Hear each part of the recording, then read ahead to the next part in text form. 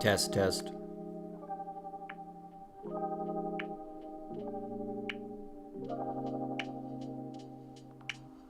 Test, test.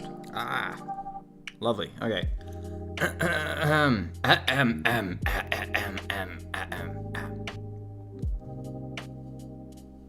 Hi. Okay.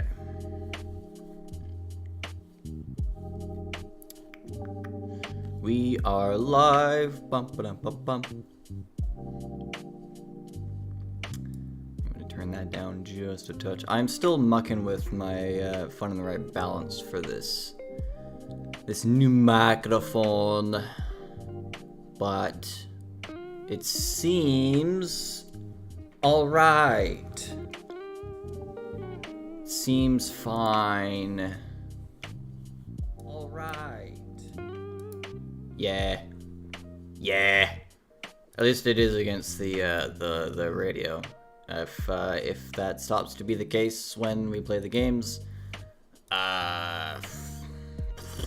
sucks to suck, I guess.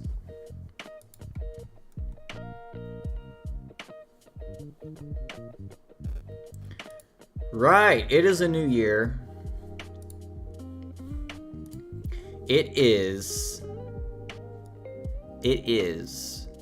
2023. Wow, we made it. It's another year. I don't know what's gonna happen now. What does 2023 have in store for us?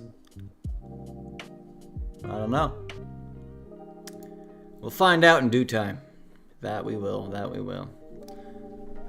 I hope everyone had a good holiday, whatever holiday you celebrated the last end of December there.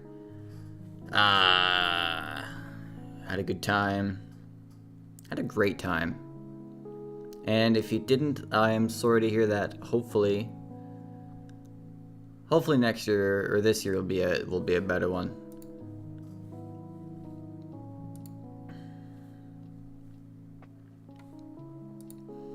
Alright, as you can probably tell by the title, I got no idea what I'm doing today. I came in with absolutely no plan.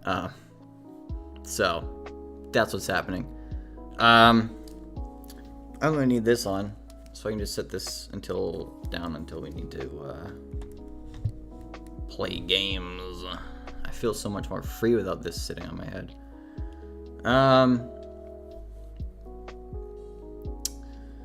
What's some new stuff with me? I've started doing workout routines, 10-minute workout routines every morning.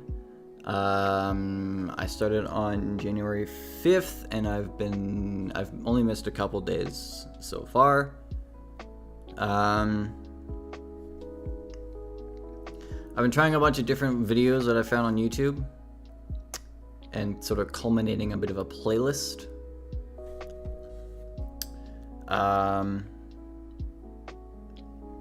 I have dishes on my desk. I need to get rid of these. I'll be right back.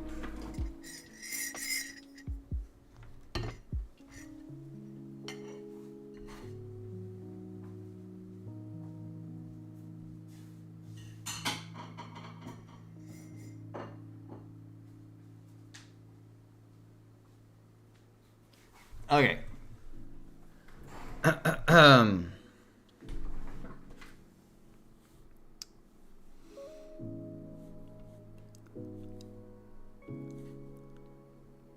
Dogehype.com.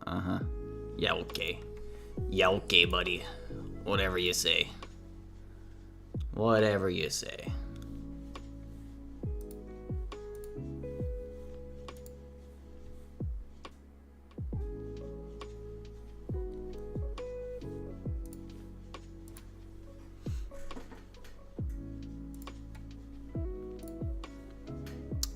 Anywho.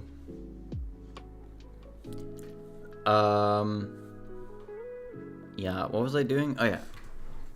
I need to set up my second monitor. My second monitor, which is just a laptop, but you know what? It's fine. It's fine. I have another monitor, but it does not connect to my PC. So I just use my laptop wirelessly, because that is the power of the internet.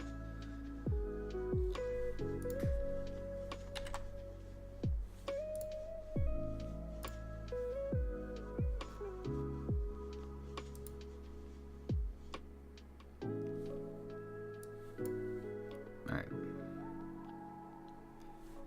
And now I can move all the stuff over here. This over here.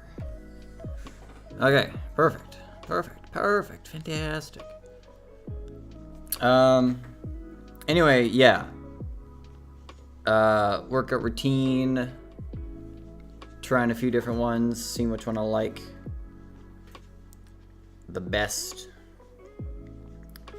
I think I want to do like a different one for like each day of the week, because there's a couple that I've found that are like pretty intense full body type workouts. I have one that just focuses on like upper body, because I feel like my upper body strength is lacking at best. I just tried one today that is like just stretching. I think eventually a good start would be, or a good point to get to, would be like a 10-minute stretch routine, or maybe 20 minutes. The one I did today was 20 minutes, and then a workout routine following that. But I'm not an expert. Start steroids. Bold of you to assume I'm not already doing steroids. Anyway, eat livers and all the meat. Eat meat, and you'll be big and strong. Big and strong.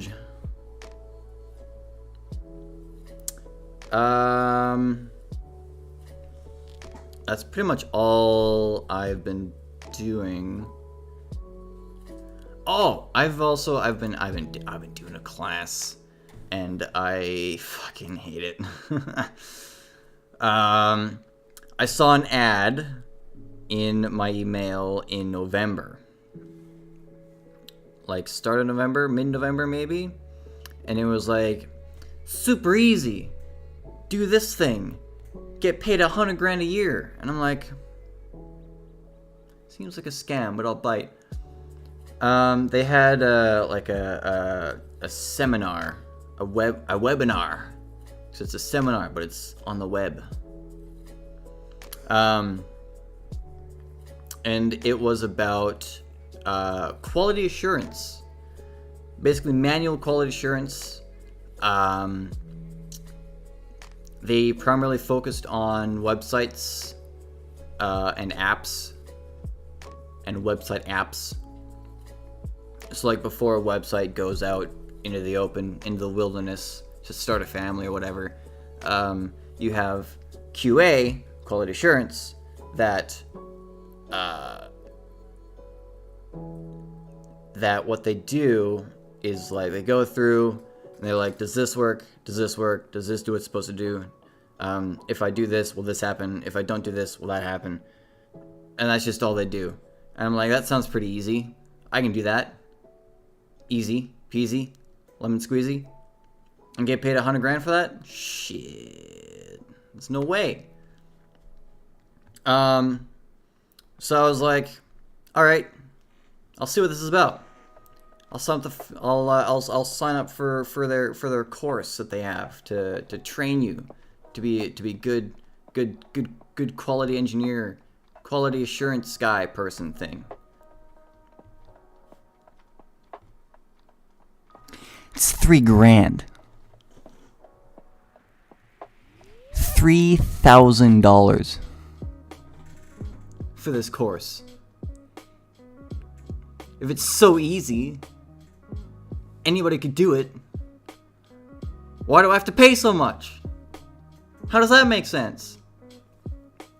It's not even a long course. It's like 2 hours, 3 days a week, for a couple months. This is the last week for it, I think. Yes, this is the last week. I'm on the last week of it, and I've skipped like most of the classes. It's a lot of money. Needless to say, I paid it. This is why I'm poor.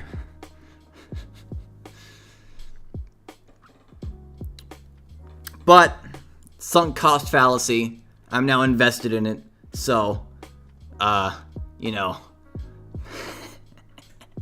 we'll see if I make $100 grand or not. Maybe might have been a mistake. We'll see. But anyway, the way the classes are structured is it's just like it's kind of like a Zoom class. And like the instructor has like a slideshow that they go through, and then they explain, all right, this is the concept we're going to look at today. This is all the different things related to the concept. Any questions? All right, here's a quiz. And of course you got your little chat on the side, and all the classmates can chat. And each one is roughly 2 hours. Now, I don't know if I'm just lacking intelligence. I would not put that idea off the table. I am notoriously unintelligent. But I find these classes very, very, very difficult to sit through. Unbelievably difficult to sit through. I don't know if it's like, because a lot of the instructors, it appears as though that English is not like their first language. So I don't have a hard time understanding it, but it makes the way they present the material very uninteresting. I'm trying to be as courteous about this as possible without sounding very bigoted. It's just that's my main issue. It's just so uninteresting. It's not very engaging. For most, this is what I ended up doing for like the first like 5, 6, 7 classes out of 20 or whatever it is. I played Minecraft. I played Minecraft on one monitor, and occasionally I took notes on this monitor. That's it. And then I came to the realization that the slides that they use that has all the information on them are like there beneath the description for the class. You can just click on the slides, look at it, there's all the information, do the quiz, and it's easy. And the quiz is out of 10, and you can take it as many times as you want. And at the end of the quiz, it shows you the answers. If you get them all wrong, there's the answers. Do the quiz again. It's so unbelievably easy. Why am I sitting in this class for 2 hours with somebody that has less charisma than a rock when I can just look at the slides, do the quiz, 10 out of 10, easy, done. And I paid $3 grand for this.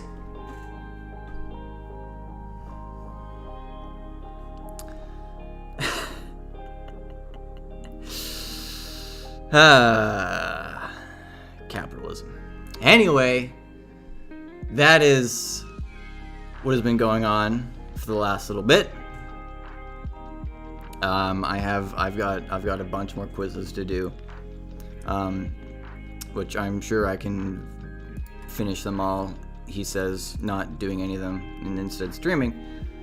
But I digress.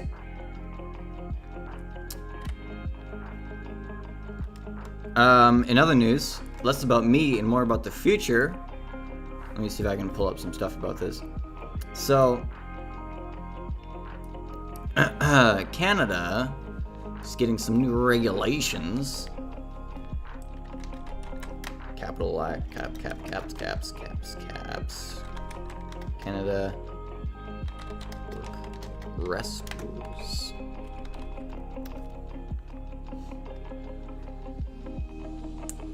So new work arrest rules are coming into effect in March for transportation employees.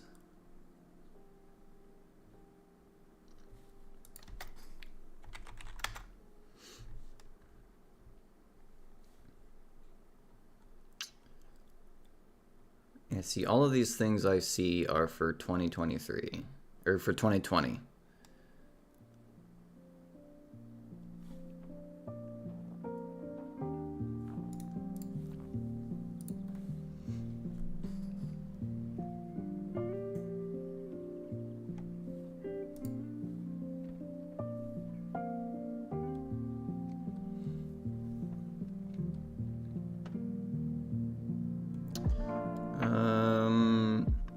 So there's just been, all I've seen are like rumors floating around. I've never actually seen an official article on it, on what exactly is going to be changing.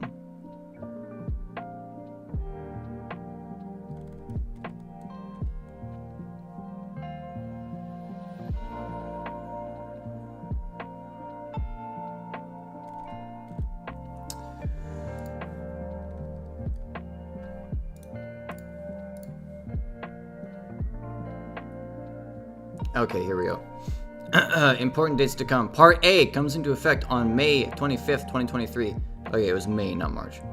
They both start with M, leave me alone. For freight railway companies, and on November 25th, 2024 for passenger railway companies. Part B, with the exception of Section 5, comes into effect May 25th, 2023 for freight, 25th, 2024 for passenger. Part 5 on November 25th. Part C. Okay, they all come into effect pretty much on the same few days. So let's have a look through this.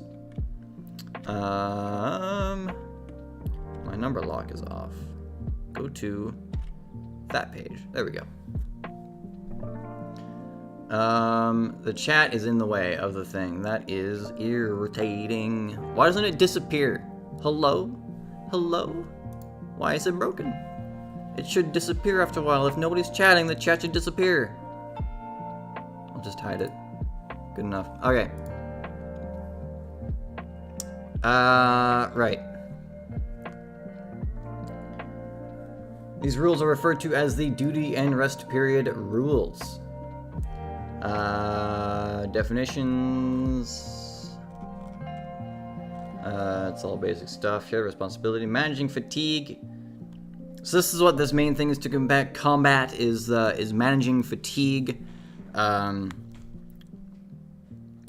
a lot of incidences that have occurred on the railway over the many years is fatigue. Even if it is not a core part of why a particular accident occurred, fatigue was found to be a factor in a number of incidents that have occurred over the years. So, the key purpose for these changes is to try and make sure that when you go to work, you're not tired as fuck. So, let's see what sort of changes they want to bring into effect here. Railway companies are responsible for managing employees in a manner that provides them with adequate sleep opportunity in order to return to work fit for duty. Develop and implement a fatigue management plan consistent with fatigue science and the requirements of this rule. Provide scheduled employees with their schedule in accordance with this rule. Provide employees with training required under this rule. Provide accommodations. Recording duty period time data. Verifying the company's compliance with these rules. So that is all that the company has to do, which they already do to some degree. This is amusing because we don't have schedules unless you work in a yard. If you're on a road train that goes from like one city to the other city, there's no schedule. You don't have a schedule. You're called when you're called.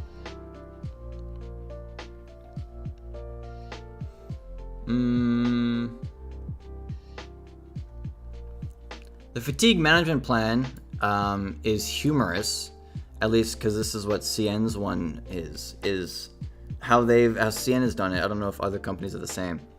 They have this form that you fill out, and you're supposed to like rate how you feel, whether you're really alert or tired or somewhere in between. Then you put in how much rest you've had, when your shift starts, and then it does some random calculations, and it's like, okay, you'll be alert until this time.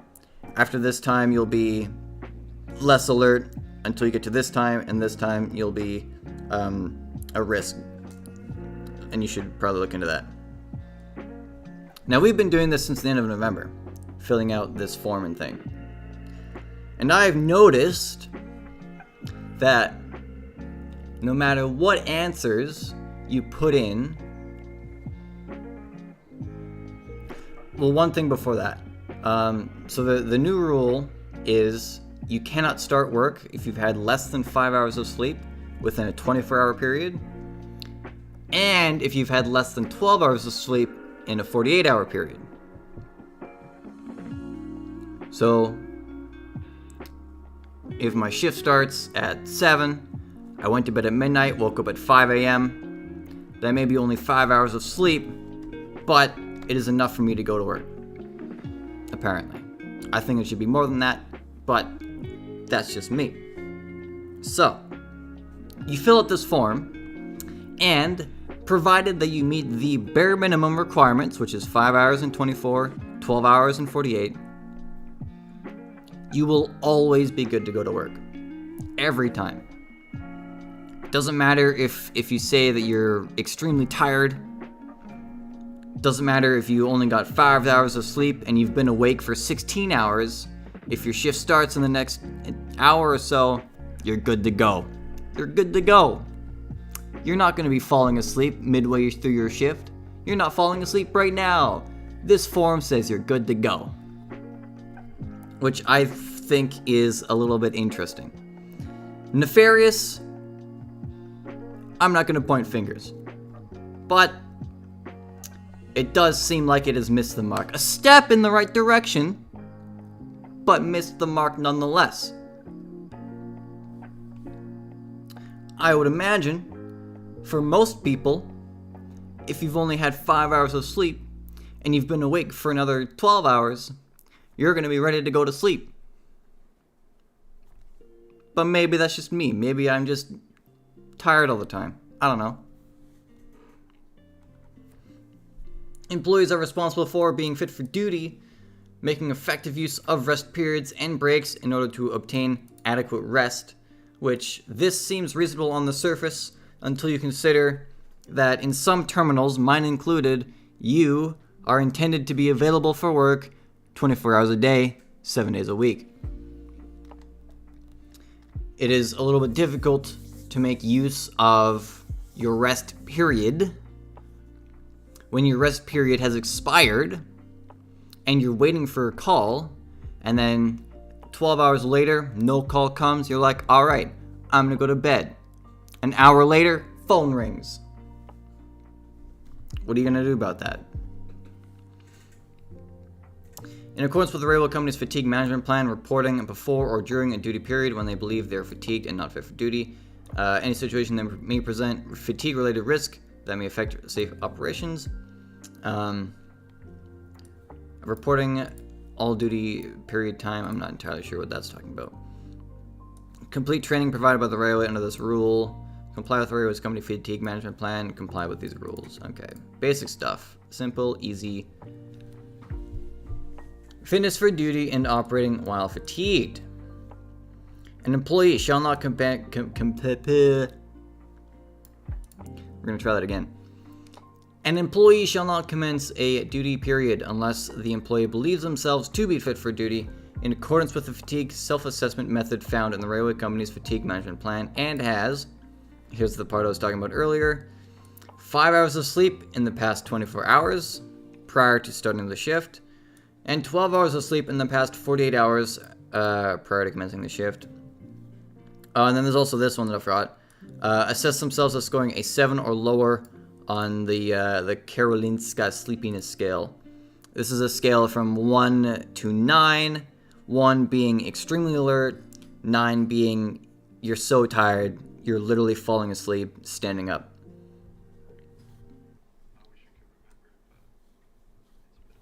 So going back to the form that you have to fill out, if you pass all 3 of these, like say you put, yeah, I'm 5 hours, yeah, 12 hours, yeah, I put myself at a 7. Yeah, you're good for 24 hours, you'll be fine. From the moment you wake up, not from the moment you do the form. I should point that out. The calculation is based on when you wake up for the day. So if you wake up at 5 a.m., you put in the bare minimums. It's like, yeah, you're okay to start a shift until 5 a.m. the next day. And it's like, no, I'm not.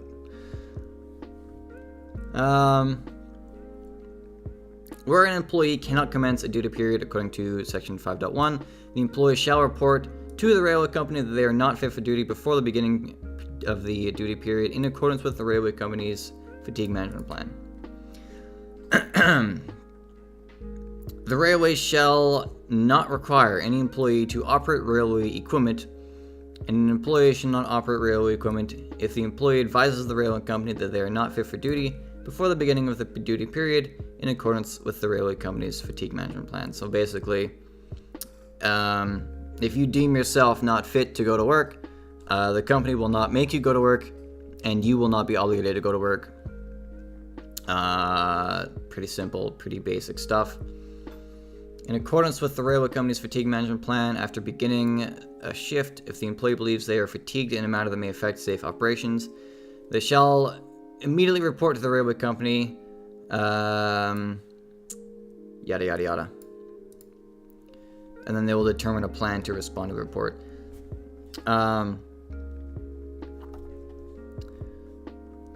Noticeably,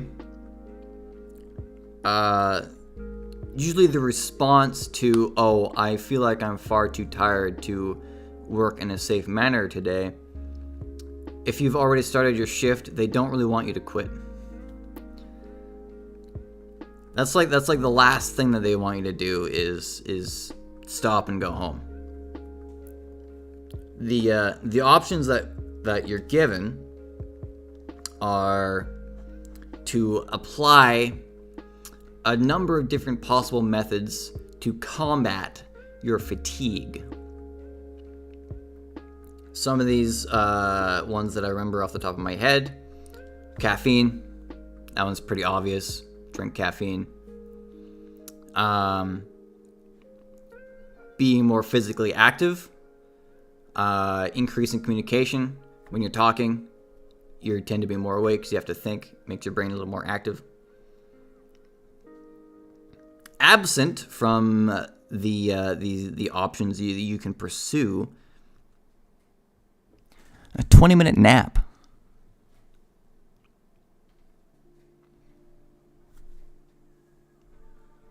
I've had a nap before. I feel great after it. Doesn't matter how little sleep I've had. 20-minute nap, I'm back up, I'm ready to go. I'm ready to take on the world. But God forbid I get paid while I sleep for 10 minutes so I can, maybe not make a fatal mistake. That's just me. Maybe I'm seeing it all wrong.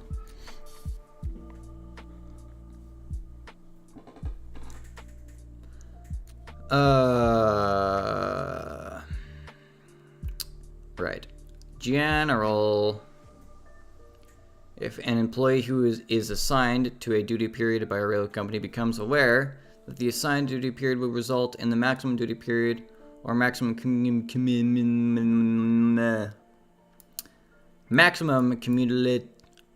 I cannot word today. Cumulative. Being exceeded, the employee shall notify the railway immediately. Where a railway company receives and substantiates a notification under 6.1, it shall ensure the provisions of this rule are not violated. Each employee shall have a designated home terminal. We already have that.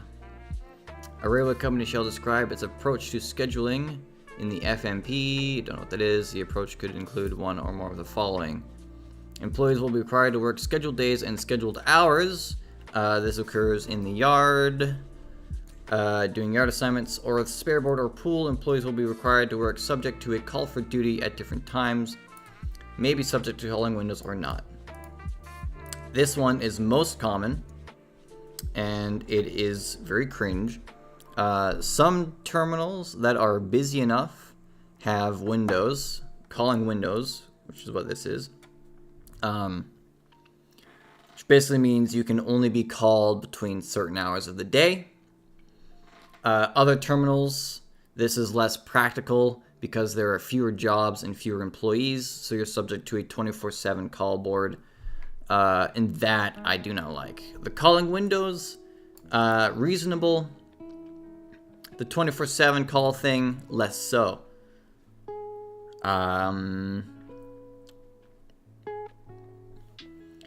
For scheduling approaches that have scheduled working days and hours in accordance with its fatigue management plan, a railway company shall provide as much advance notice as reasonably practicable.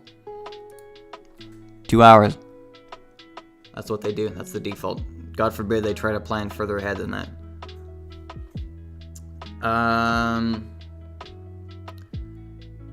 For scheduling approaches that do not have scheduled working days, company will make real-time information on current train lineups and crew lineups available to employees. Yeah, we have train lineups and crew lineups. They are usually kind of somewhat, maybe accurate, maybe kind of somewhat. But delays happen all the time. Employees, they book unfit or on off or whatever. So that changes to the crew lineup. Trains will be called early, called late. Trains will be canceled. Extra trains will be added. This is constantly happening 24 hours a day, 7 days a week. So having that information available is only as effective as the consistency of that information. A railway shall make the information required available in a manner that permits an employee to obtain remotely and on demand. An employee shall use the information provided to view forecasted schedules, including changes. Company shall contact the employee to confirm the duty start time in accordance with the company procedures. This is the one that I have not read into much. Employee's maximum duty period will be 12 hours. This is down from the current 16 that we have. Currently, you can do... Well, no. It is already 12 hours. You can have 12 hours maximum on a single shift. If you go above 12 hours, you cannot be driving a train, basically. Once you hit the 12-hour mark, your train has to be stopped and secured and not going anywhere. The only time you can go above this 12 hours is if you work 2 shifts, in which case it becomes 16, or if you're on a work train. A work train is also 16. And I think passenger trains as well. Currently. I think this is going to change, though.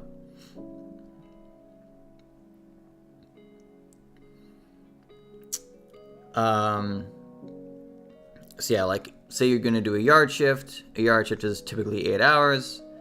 Then you can do another yard shift, which would put you at 16 hours.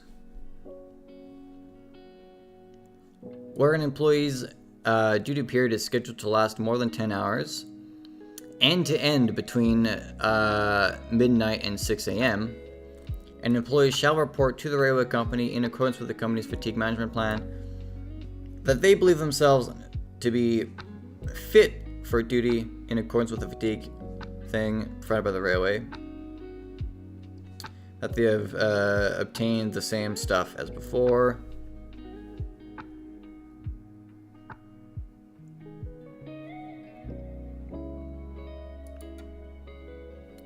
Where an employee's duty period is scheduled to last more than 10 hours and between midnight and 6 a.m., at least one of the following fatigue mitigation measures shall be implemented for such employees between 1 and midnight, or midnight and 6.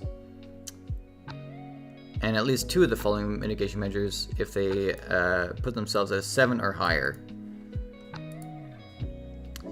So this is the methods of combating the fatigue that I talked about earlier. Increased communication, in-cab crew resource management between employees.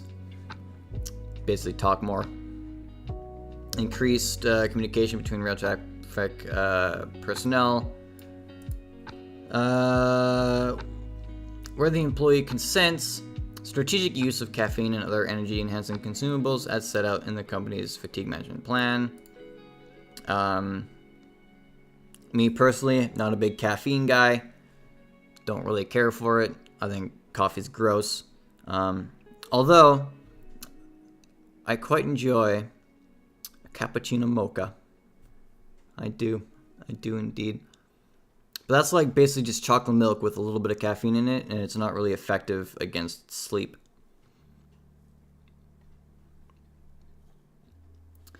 Use of controlled napping protocols where appropriate. That's interesting. I don't recall seeing that one laid out in our thing for CN. So when it says where appropriate, I'm guessing that would be obviously not when you're doing a critical task. More like if you're on your lunch break, take a nap. But yeah, I didn't see this one in the list that was set out in our fatigue management plan for CN, so that's interesting. Increase task rotation with other qualified employees where possible. Prioritize work activities to manage duty period duration. Use of approved fatigue proofing strategies. Basic stuff. The calculation of an employee's maximum duty period includes all duty periods, regardless of whether or not the duty period occurred in Canada or the United States.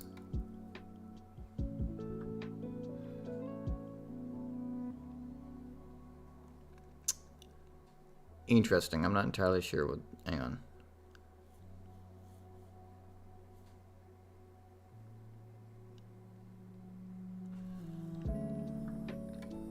So I think for this one,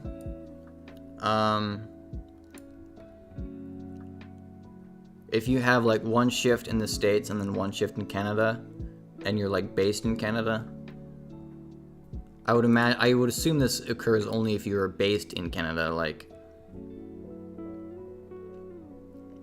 say you work a train that like starts somewhere in Canada and then it goes south past the border and then comes back.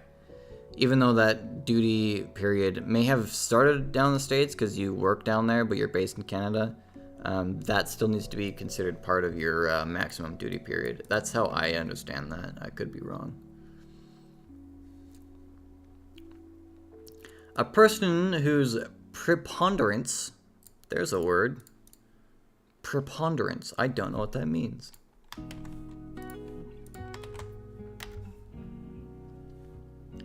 Greater in number, quantity, or importance.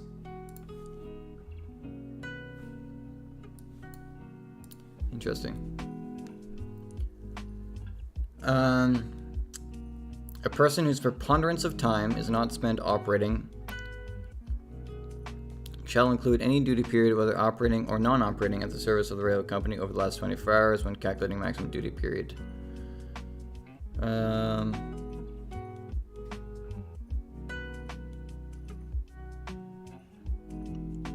That's a weird one. I don't know why they wrote it out that way. It's kind of confusing.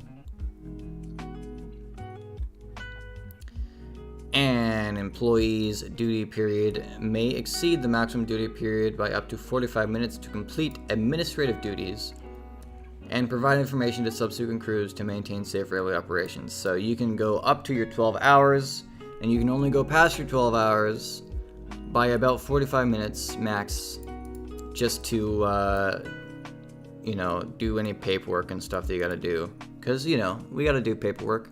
You know, it's not all just riding in the train and blowing the horn. There's paperwork involved.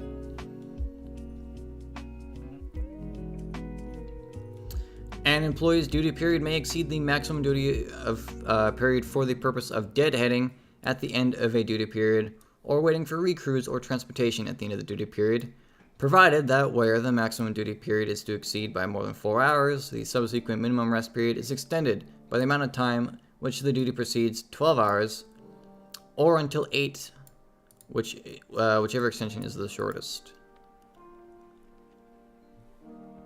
Now, I'm not sure if this is supposed to be 8 a.m. or 8 hours extension max. I'm going to say it's 8 hours extension max because that makes more sense.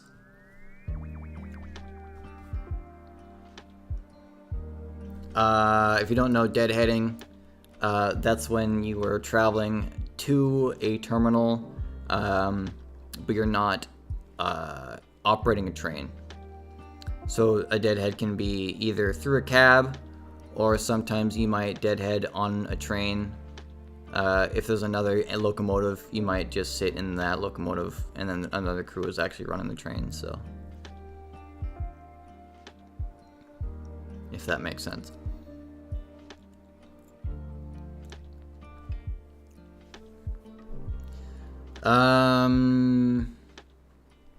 So if the maximum duty period, which is 12 hours, exceeds by more than 4 hours, so if you're on duty for more than 16 hours, the minimum rest period being the time that you have to be on rest after your shift ends, is extended by the amount of time which the duty period exceeds 12 hours. So, say, after 12 hours, I'm off the train, take a cab to a terminal, and that cab ride is 5 hours. I'm now on duty for 17 hours. My minimum rest after I get off duty is going to be whatever the minimum is. I haven't seen it yet. It should be in here somewhere. Plus 5 hours. So if the minimum is, say, 8 hours, then I would have a minimum rest of 13 hours before I can be called for another shift. An employee's duty period may exceed the maximum duty period in case of an emergency situation by up to 4 hours, provided that the subsequent minimum rest period is extended by the amount of time which the duty period exceeds, or until 8, whichever extension is the shortest. See, when it says whichever extension is the shortest, I think it does mean 8 a.m., which is odd. I'm not entirely certain on that one.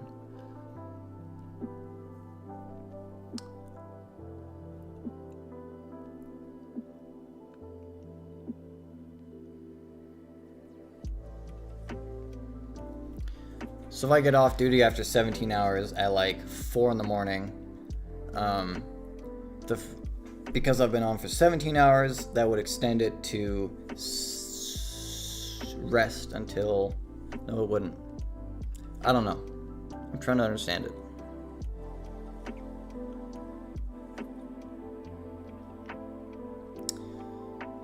Okay. I have a 17-hour shift, so my minimum needs to be extended by 5 hours. But if that extension puts me past 8 a.m., then it would just be 8 a.m. I think that makes sense.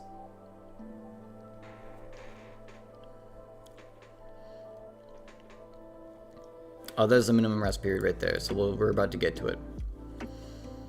Notwithstanding Section 7.8, an employee's duty period may be further extended where there is a risk to safe railway operations, the safety of the employees, passengers, or the public, if the subsequent minimum rest set out in Section 8 is provided and additional mitigation measures are implemented in accordance with the railway company's fatigue management plan.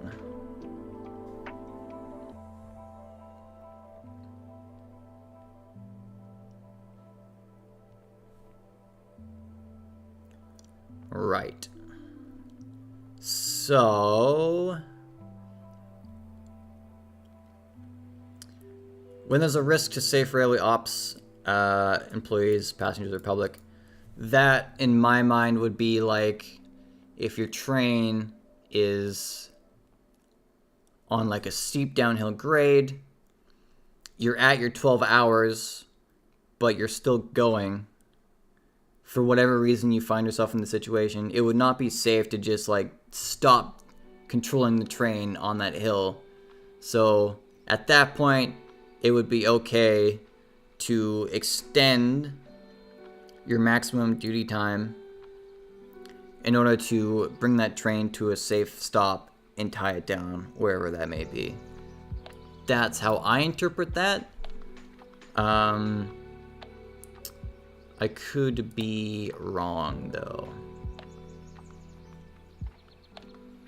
Any extension to an employee's maximum duty period due to emergency situations shall be documented and reported to Transport Canada within 3 business days after the end of the emergency situation, and report shall include a description of the emergency situation, the manner in which it was resolved, the duty period duration worked by each employee whose maximum duty period was exceeded.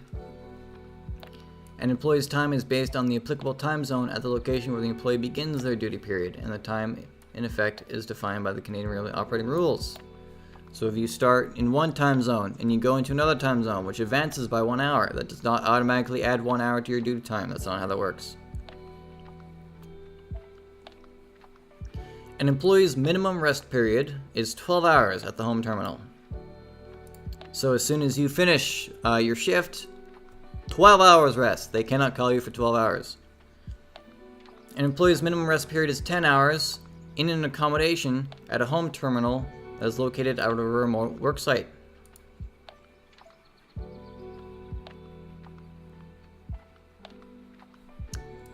Interesting. An employee's minimum rest period is 10 hours in an accommodation when not at the home terminal. So your home terminal is like where you base out of. So for me, it's Vancouver. The non-home terminal for people in Vancouver is a place called Boston Bar. It's halfway to Kamloops. So when you bring a train up to Boston Bar, 10 hours rest, no exceptions.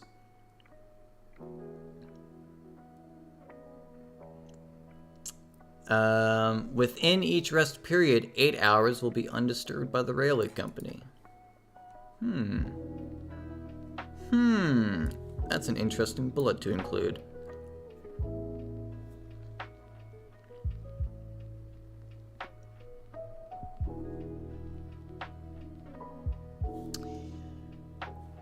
Interesting.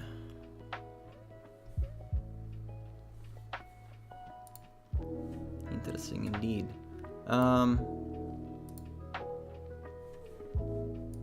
Just checking stuff.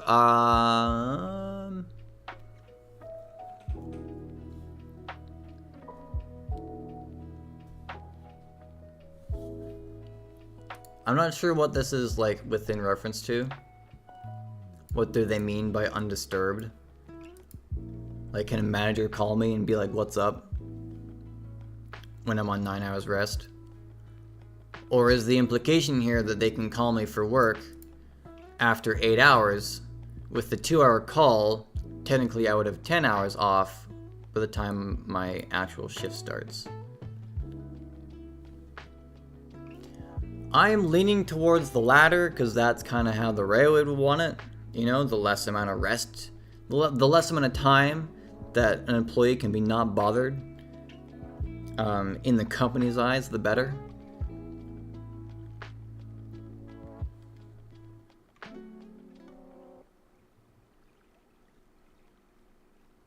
Yeah, that one, I'm not sure how I feel about that one. I think that one needs to be expanded on more, which it might be somewhere in this stuff, but I don't know. Maximum cumulative duty period time. A railway company shall not assign a duty period to an employee if the duty period will result in the employee's cumulative duty period exceeding 60 hours in any consecutive days. Consecutive 7 days. So, more than 60 hours? Not allowed anymore?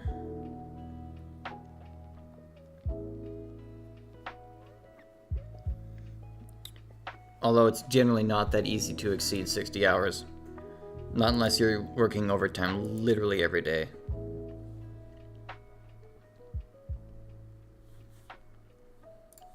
What would that even be per day? Maybe. Even if you work a yard shift, which is 8 hours, 7 days a week, you're still not exceeding that 60-hour limit. So, yeah, not easy to exceed. A railway company shall not assign duty period to an employee if the employee's cumulative thing would exceed 192 hours in 28 days. What's that? 192, 28, 6. Okay, now we're a little less. That one's a little bit easier. If you worked 8 hours a day for every day, you'd get a few days off after that. I don't know who would be insane enough to work 8 hours a day, 7 days a week, but if you want to, you can.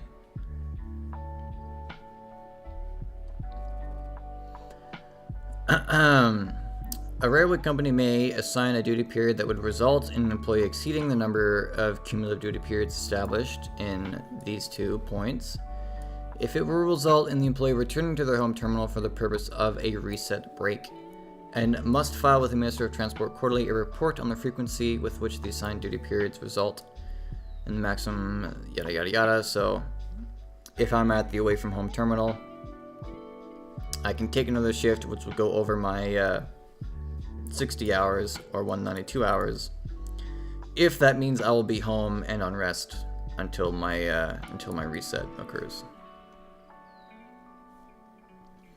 They can allow an employee to continue to work a duty period where, due to emergency situations, the employee's cumulative. It's a hard word. Leave me alone. Will exceed the maximum duty period time of 60 or 120 or whatever. Blah blah blah. An employee shall not accept an assigned duty period that does not comply with the requirements of these rules. Minimum time free from work. Freight railway companies shall provide a reset break that begins within any consecutive 7 days. Passenger railway companies shall provide a rest break that consists of a minimum of 4 scheduled days per 2-week period.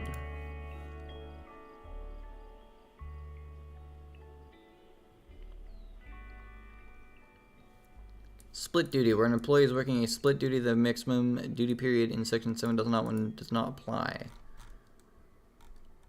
12 hours. Okay. Does it define split duty up here? Split. A scheduled sequence of duty periods with a break in between, where a break of a minimum of 15 minutes away from the operating environment, not intended as a nutrition or hygiene break, is afforded to the employee. I see.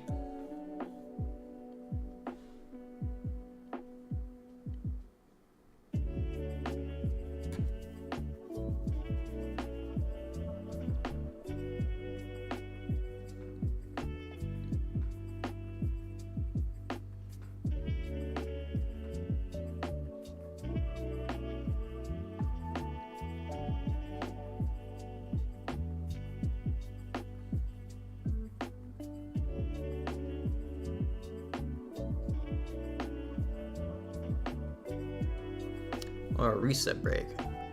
Continuous period free from any duty that lasts at minimum 32 hours and includes 2 periods of 8 hours undisturbed by the company.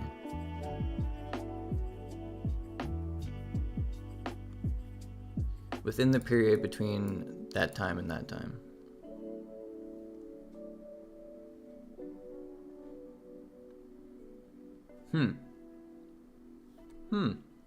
Interesting.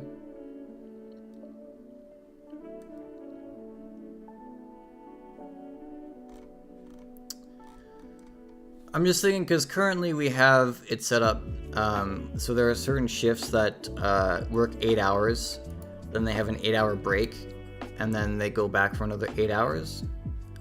So I wonder if this would fall under that thing. It says minimum of 15 minutes away from the operating environment. 8 hours is more than 15 minutes.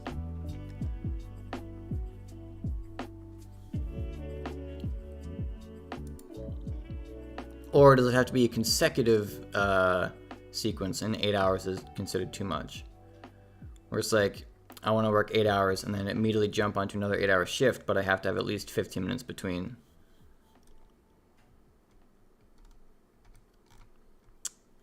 That's what I hope that means. Maybe not.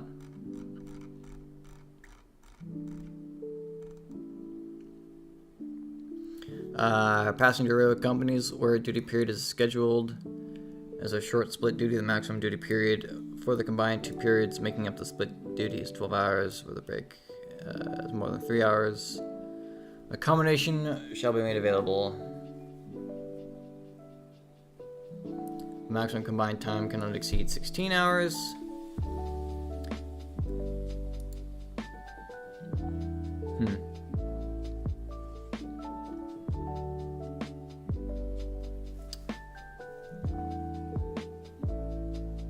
Okay, a short split duty, so like 6 hours and 6 hours, cannot exceed 12 hours.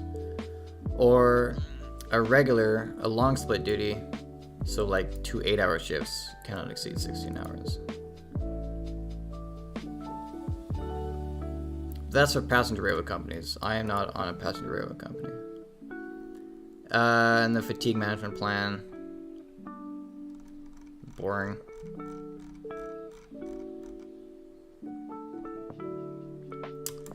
Interesting. So, some changes, but it seems like for the most part it's kind of going to stay the same. And there's some language in here, which I pointed out, which is interesting, which I can see kind of allowing for a lot of the same practices to continue. For example, the short turn, we call it, when you work 8 hours, take an 8-hour break, and then go back for 8 hours.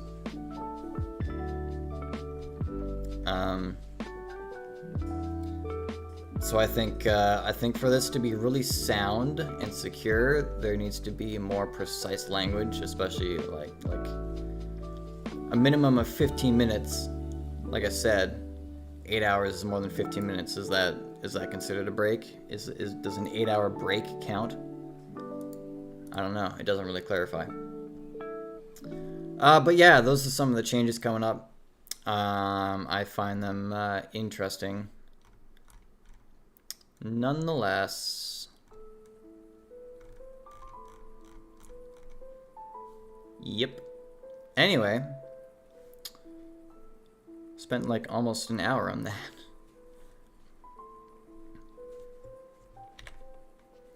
Right.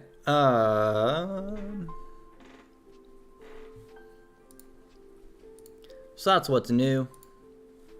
Coming up. We'll see how things change about that.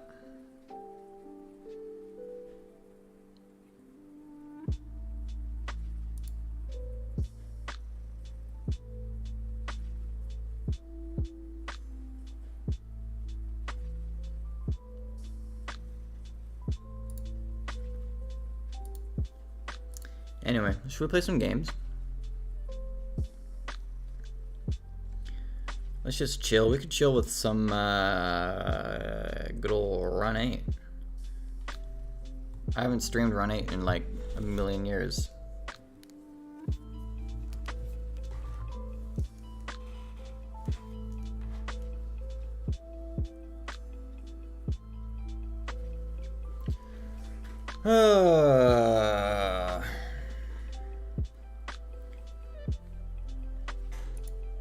I've recently taken over a yard in a server. I just kind of like, it just became mine, so that's what I do. Been working every day, keeping this company going. Yes, sir.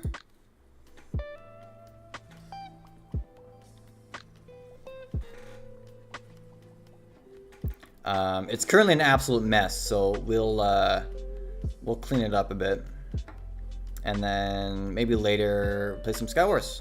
Could be good. Would be nice. I haven't played Skywars in a million years either. I played some last night. That was fun.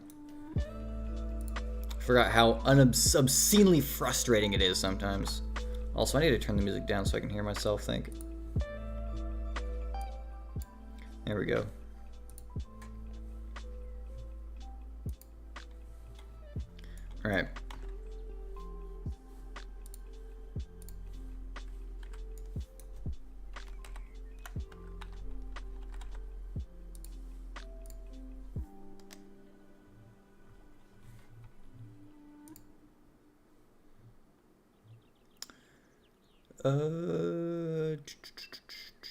Game window. Properties. Call of Duty HQ. What? No. No. That's not the right one. Why does it not fit on the screen?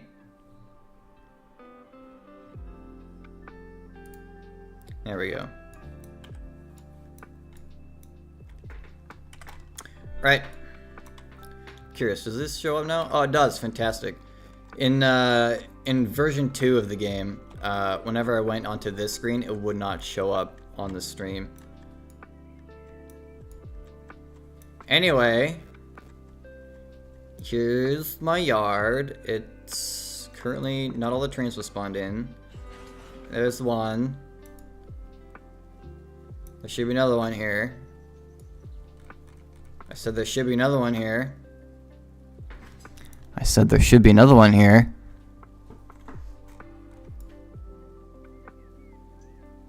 Bruh. There it is, 6 years later. Alright. Okay. So, this is outbound traffic. So we're gonna build our outbound stuff on here and probably here. These two tracks have been here the longest. This came in last night. So we're gonna sort these two and service industries. So this power can just sit here for now because it's out of my way. We'll use these ones. We're already on, running. Looks good to me.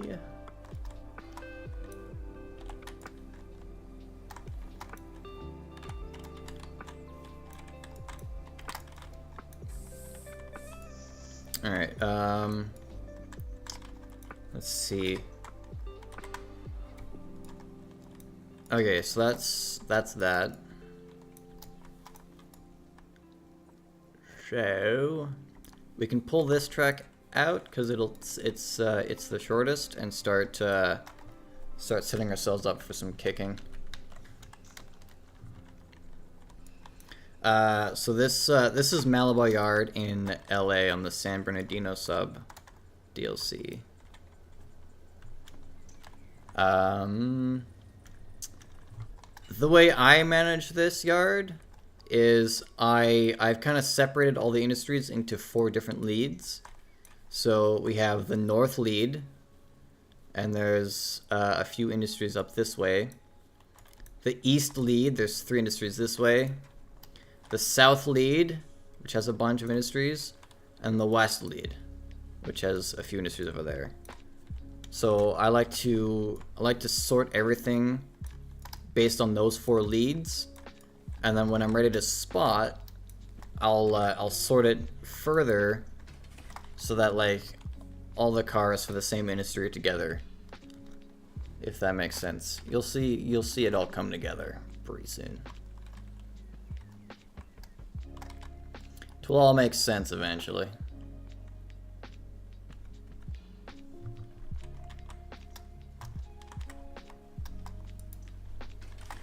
I also know there's even more traffic, which was, I think, part of this train, but it was split because it didn't have room.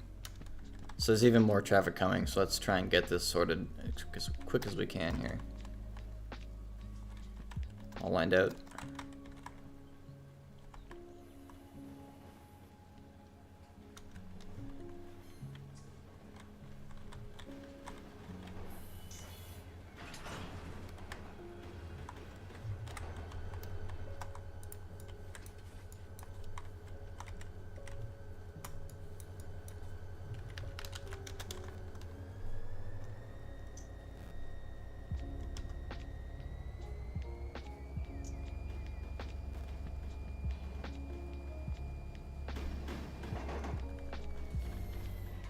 Speeding a little bit, it's fine.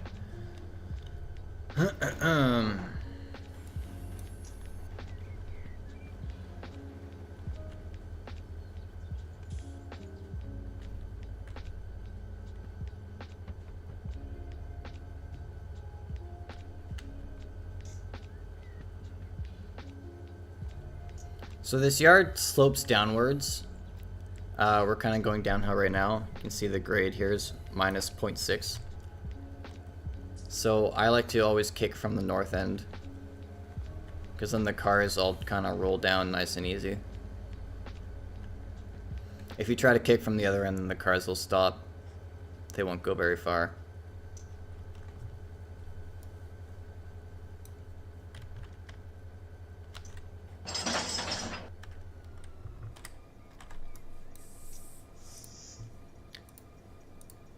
Alright, I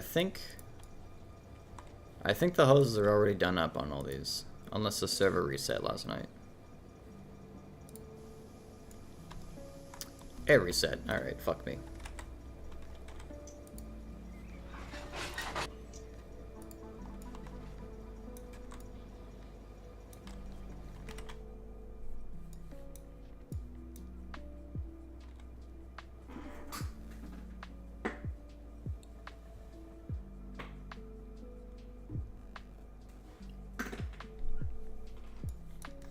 Actually, let's see what we have here.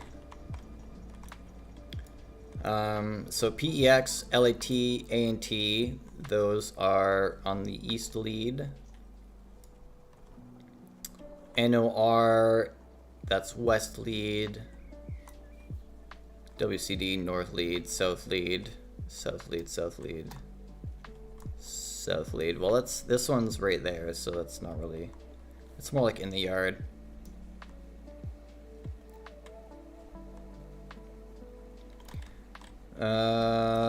West. Oh, and then these are new. These are new. They go. Where are we here? So this is to our yard. We go out this way, and then go all the way over here. So that's where these go. These are new. I don't really know where we're gonna put those for now.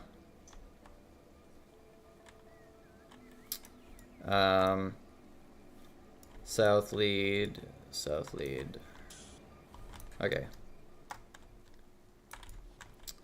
So we can set this up nice and easy, and then when we go to kick this one, we'll have be able to do it real quick and easy, and it'll be a great time, and everyone will be proud of us.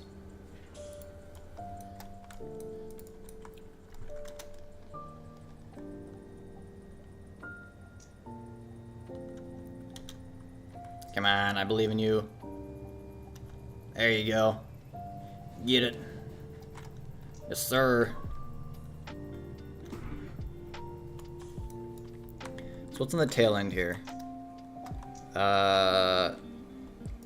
East lead. So we're gonna drop this car about halfway down this track, because this car is for east lead. And then every other car that's for east lead, we can kick down this track, and this car will catch it. And we'll do the same for the south, west, and north leads.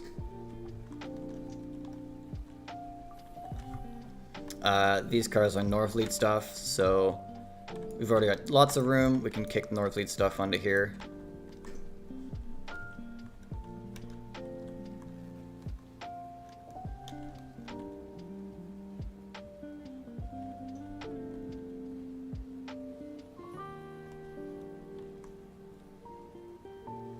Maybe like halfway up the track.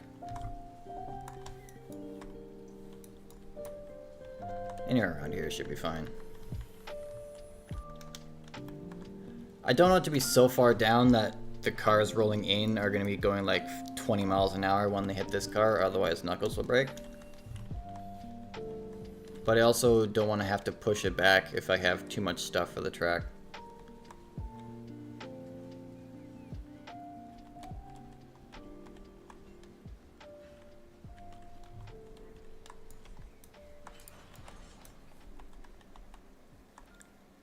Right around here should be fine.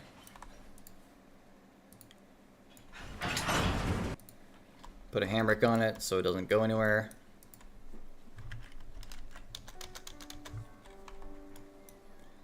SLS, that is south lead. We'll put it in this other track.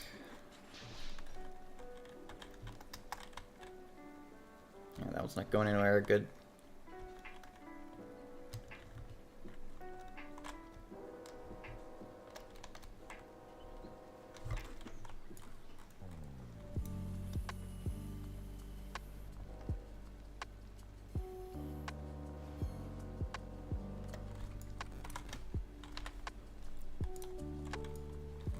Is that switch normal? Okay. I forget to leave this crossover as normal every time, and it screwed me a bunch of times before.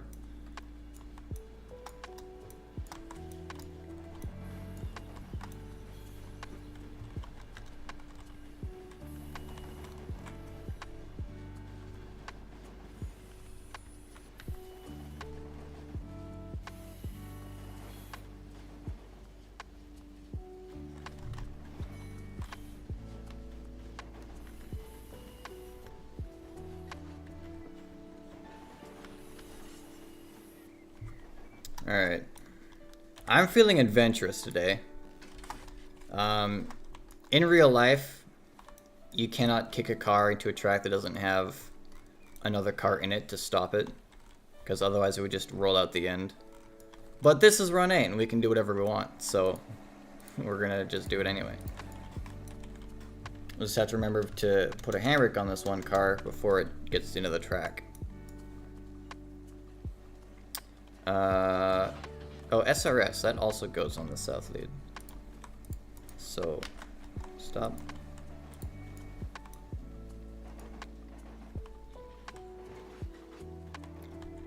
Yeah, they're both on the south lead. I remember. Oh, I remember.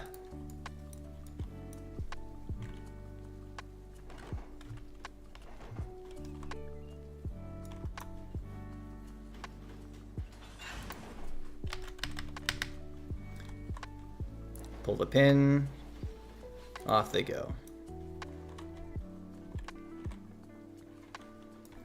As for these, I'm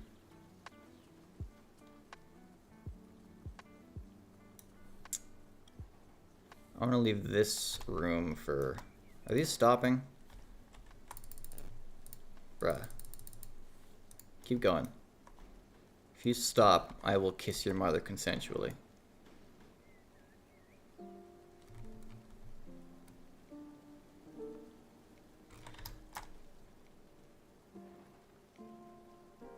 It's stopping. Oh my god, I hate everything. Is it stopping? I don't know, I can't tell.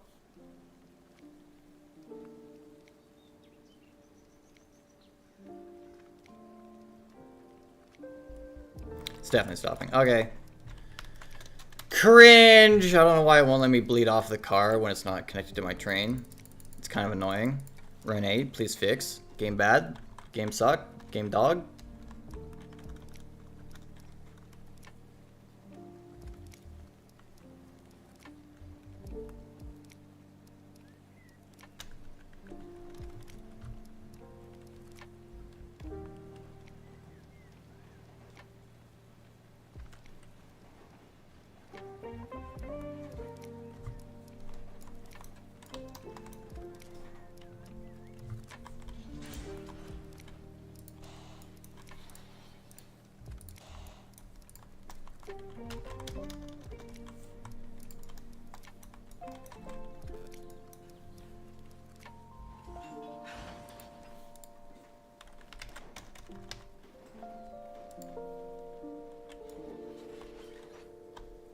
Okay, I'm gonna put these on this lead for now.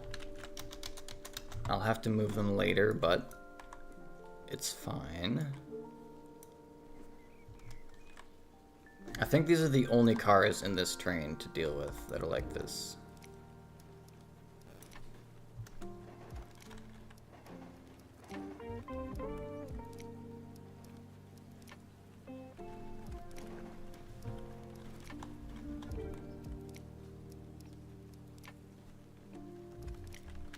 And then once we clean up the yard a bit, we can put these somewhere else.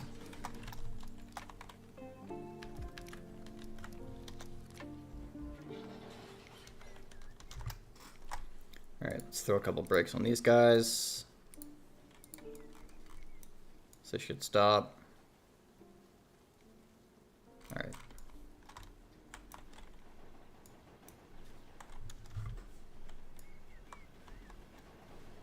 I don't think there's any more of these.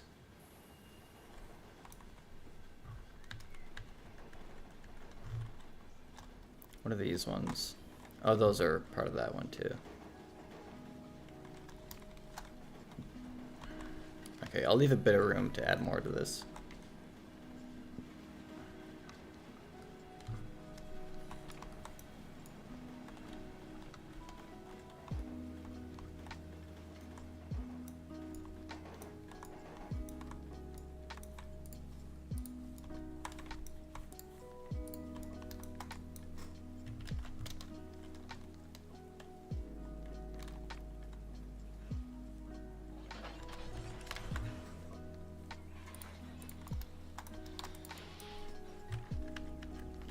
Now, these giant boxcars are really annoying. I've found every time we go around this curve, because those boxcars, they go up there, the air hose comes apart because they're so long. So I try to separate them from everything and spot them separate from everything else.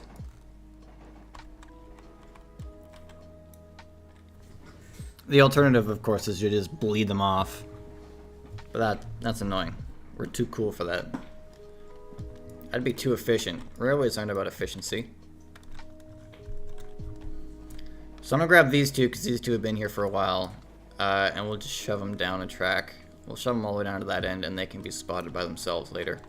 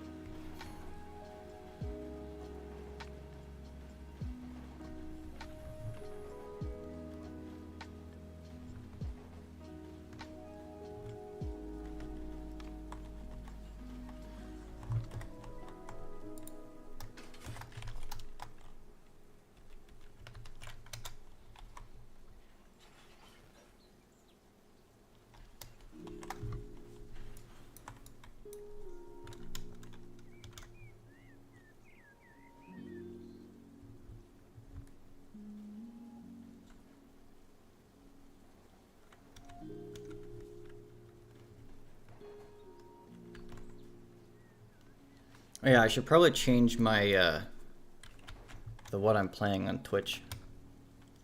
I forgot to do that.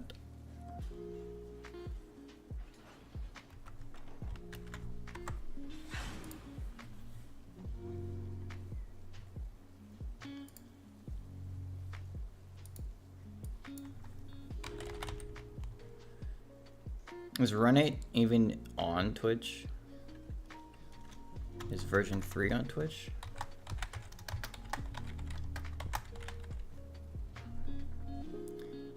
Yes.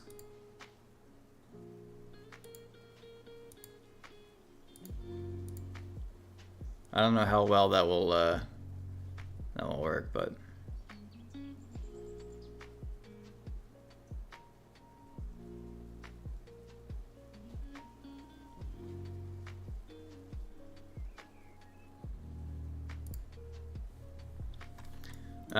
right.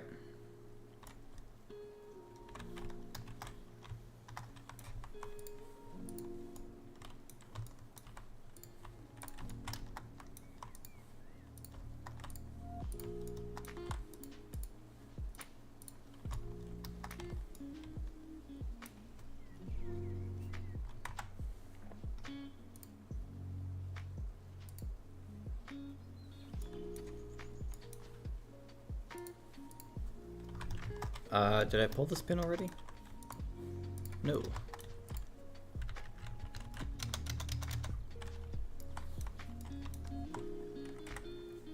So let's send these three all the way down to the end of this track.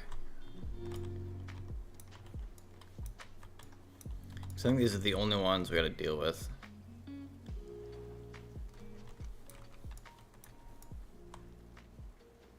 I don't even know if 3 will fit in this industry. Because they're pretty big. Maybe? Maybe they'll fit.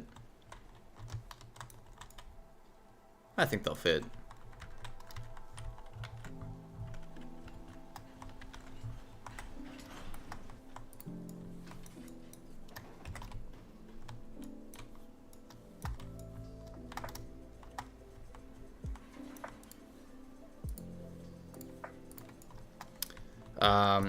I closed both ingot cocks because we have air brakes going through the entire train. If I left this one open, the air brakes would blast and the cars would stop. So we bottle the air so it does not escape and the brakes do not apply.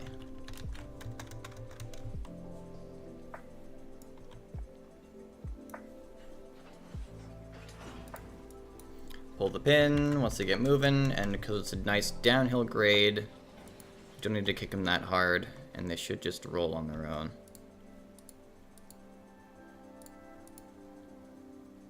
Why are they set up? I hate this game so much.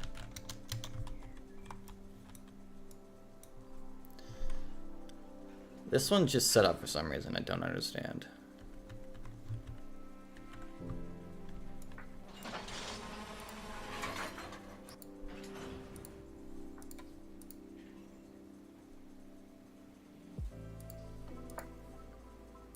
The alternative is to bleed off like every single car, but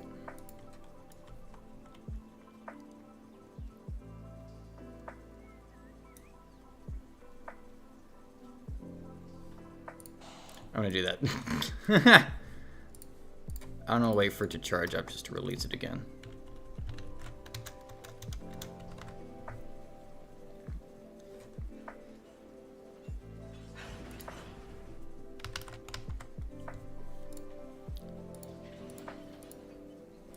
Okay, now it rolled fine. It was just this one car that was being a problem.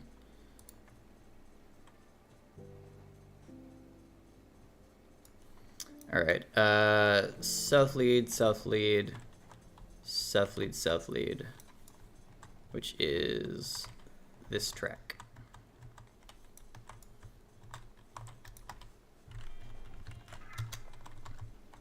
So we'll bring our train closer to the lead,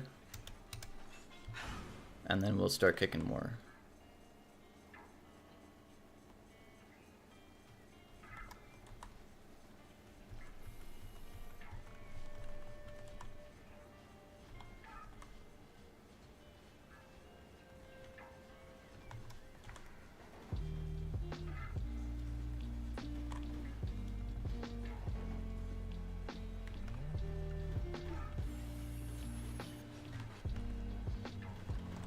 And what's after this? North lead.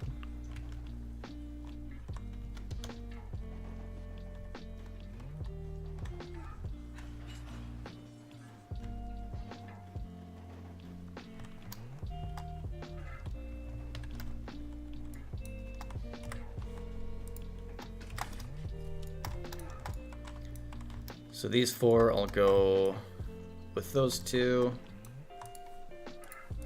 Close it up. Give it a little kick. No shot those cars fucking stopped. Oh my god.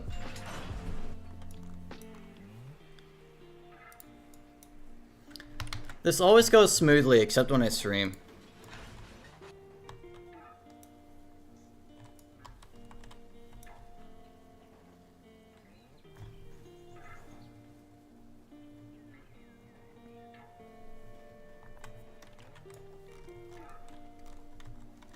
These two set up. It didn't even set up. It just got stuck on the curve. That's so cringe.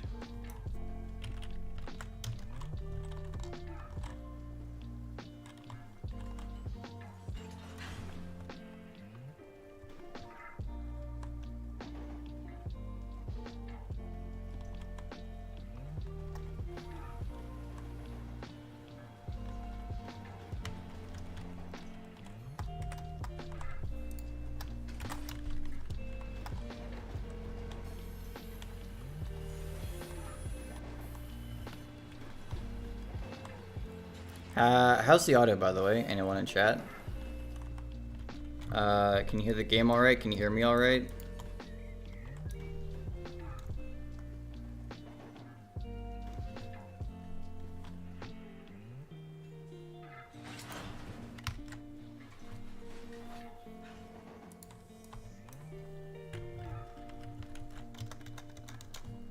All right, those should be fine now.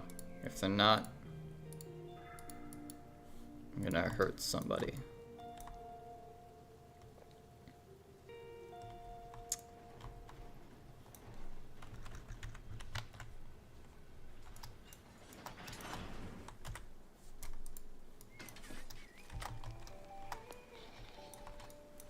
Okay, WCD, North lead. These are West lead, so they will go with those guys.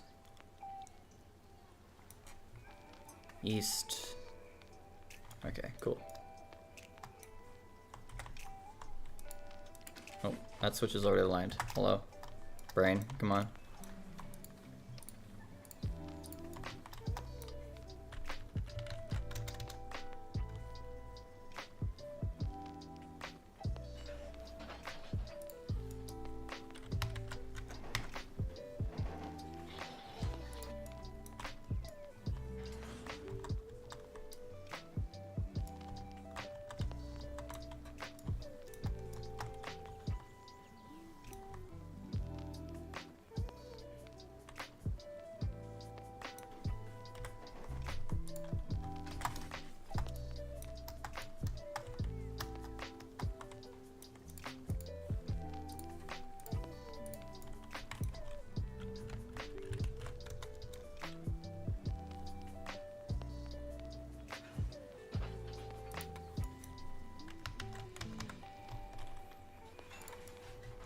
These guys stop?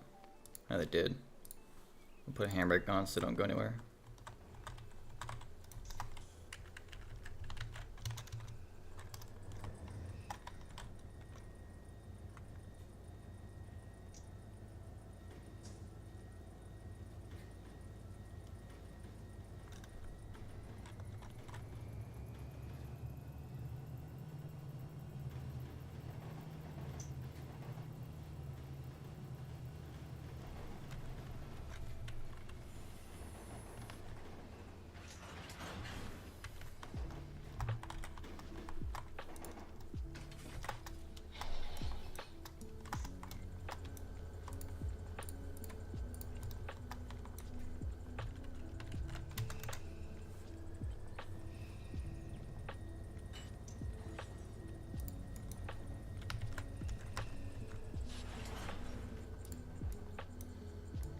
And there we go.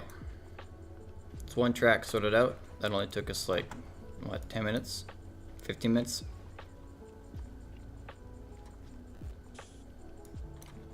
This track is longer though, so it might take us a bit more than that. Oh, so what is this, south lead? I may have to shove this one back a bit.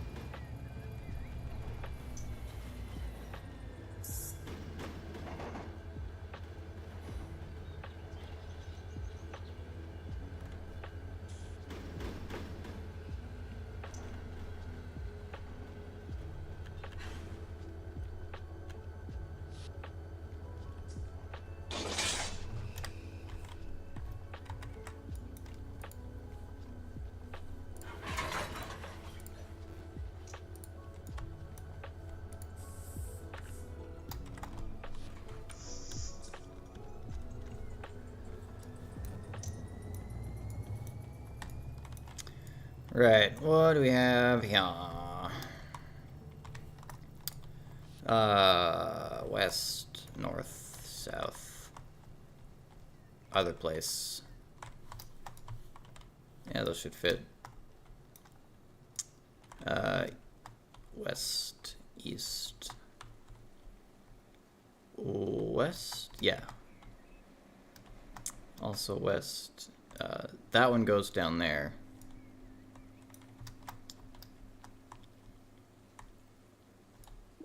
North.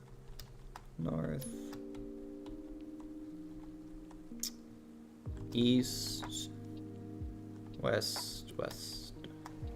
South. Okay. Alright.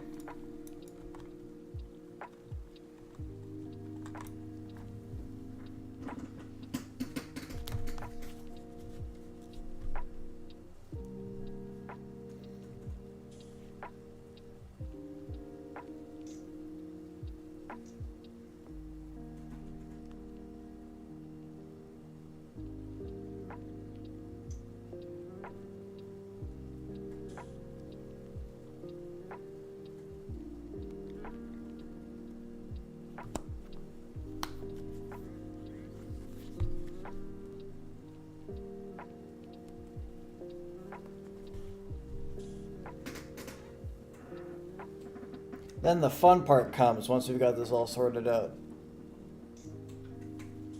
I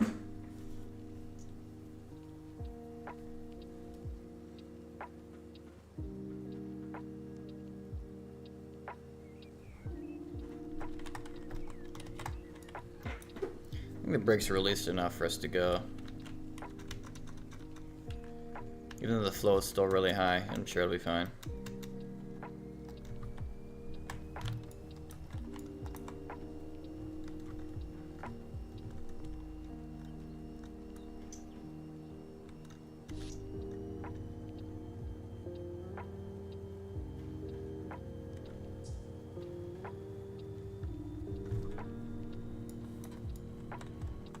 What's the tail end?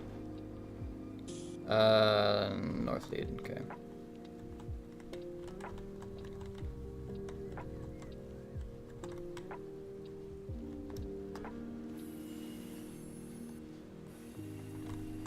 This one, okay. I lost it for a sec. I was like, where did I put the north lead stuff?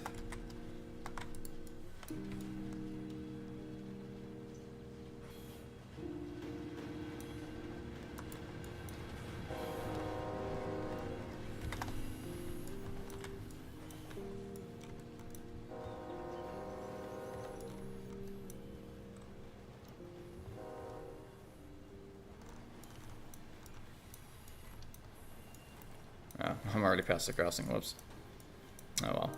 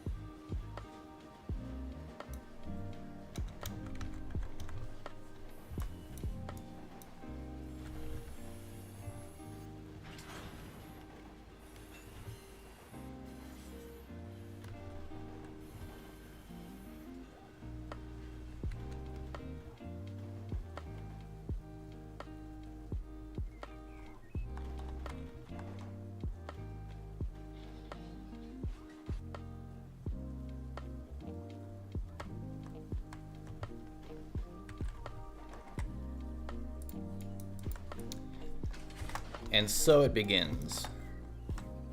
First one. We are lined up.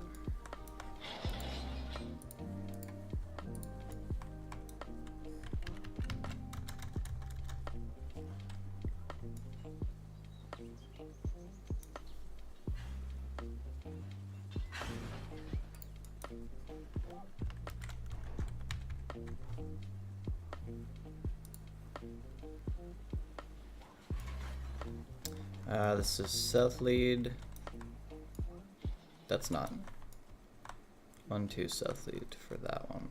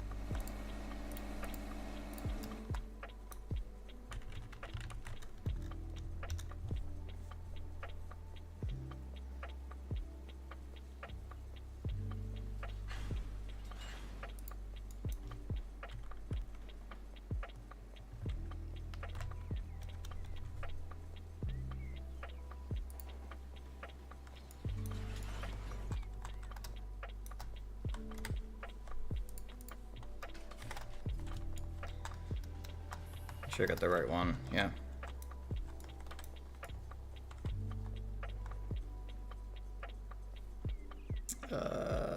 This one's gonna go this way. All right, yeah. Nor.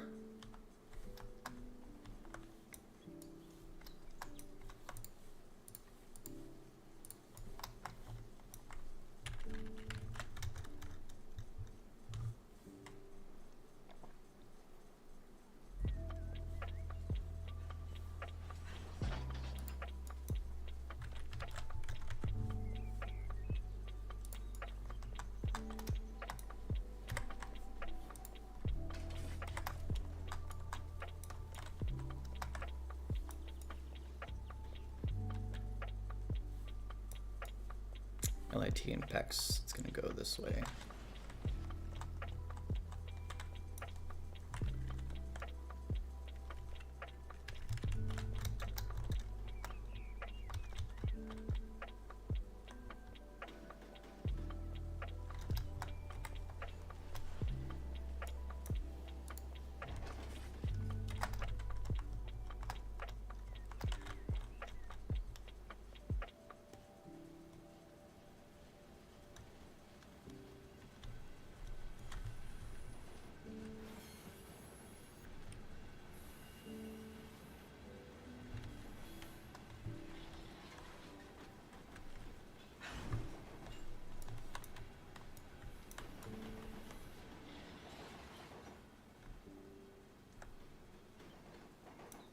Could stop any day now, that'd be great. Yeah, go past the switch. It's really what I wanted. It's exactly what I wanted.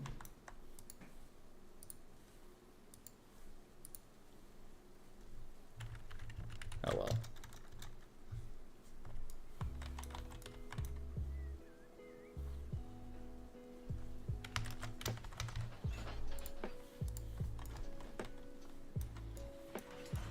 South lead, I think, for this guy, yeah.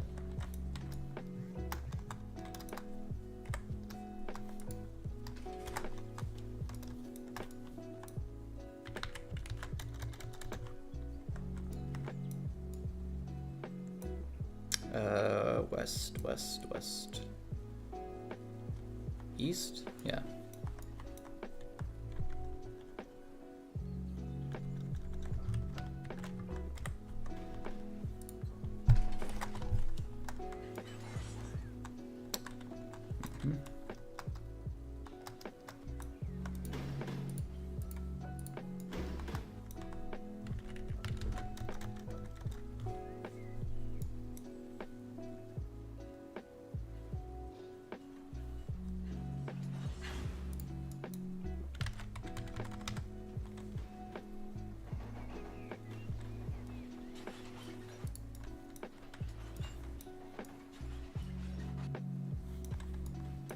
These three go that way,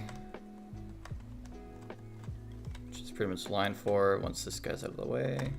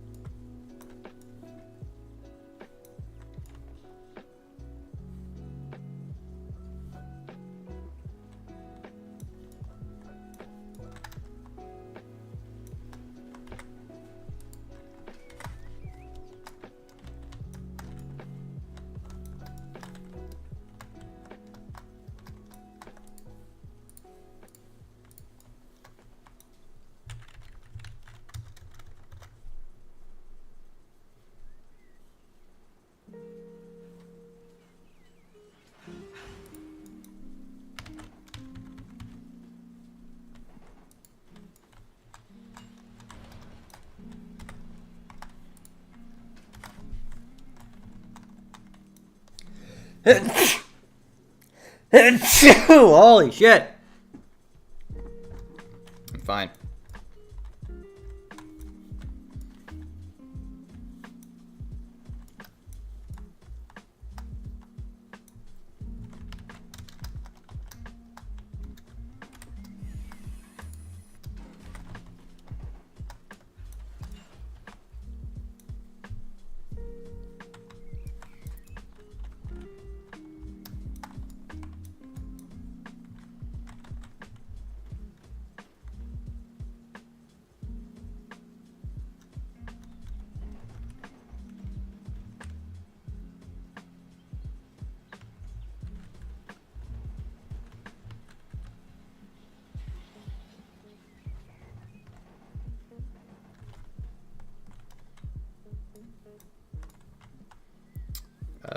These are all the same.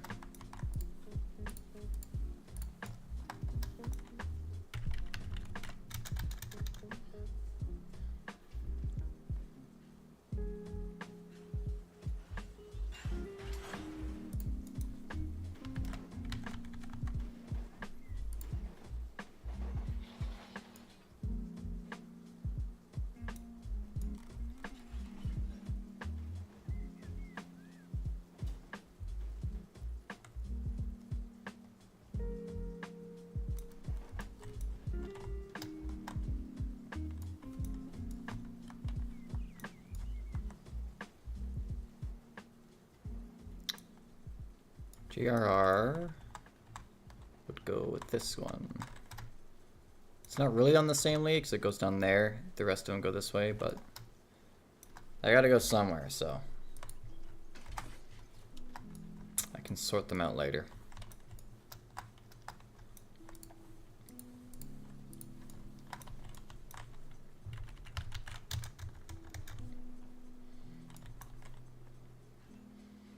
I think these are the only two, so they'll be easy to get out later.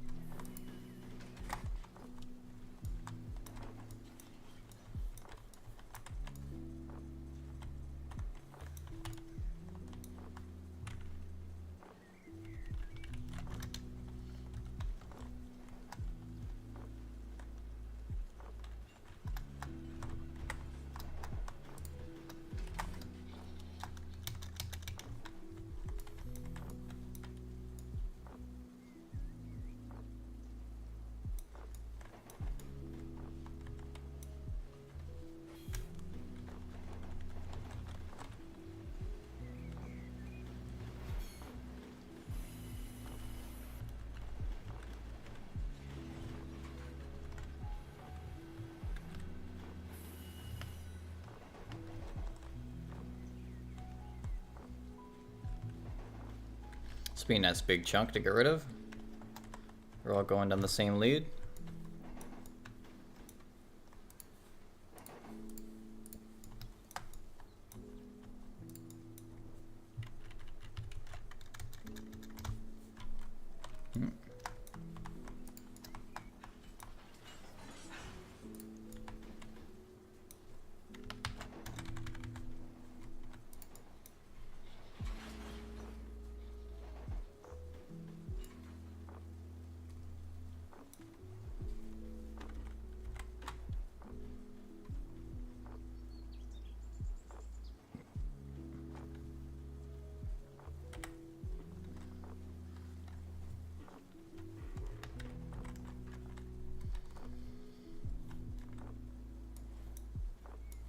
I can't tell if those are going to stop or not.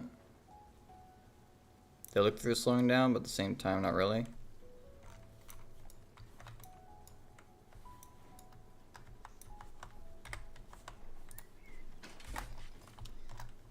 There's actually a lot of cars going to the west lead. But we're almost done, so...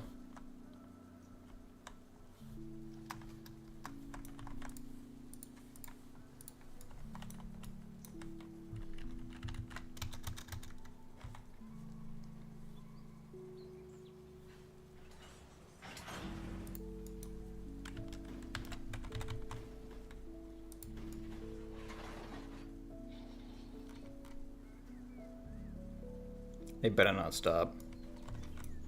I'll have to go back maybe, so.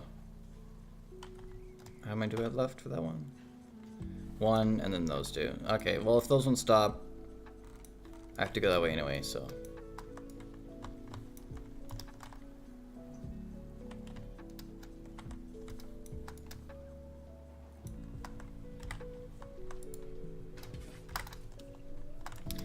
Alright, we'll kick these two hard enough so hopefully they shove the other ones into that track a bit deeper.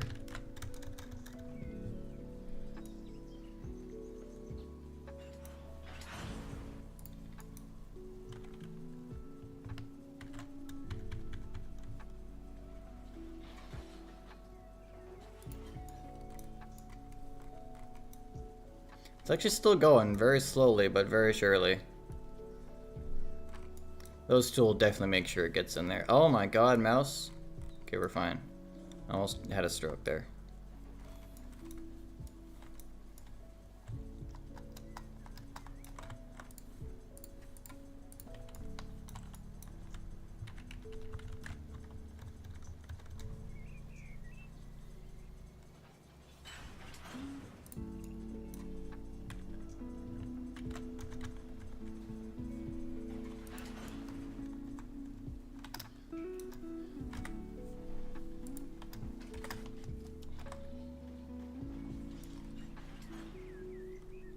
Bruh. I barely did anything.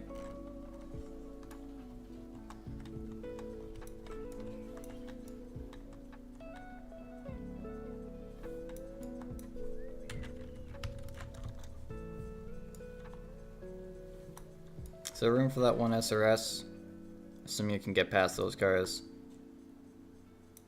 Yeah. Why did these ones stop? I hate this game so much. Bro, they were let go for like 2 seconds and they've already set up.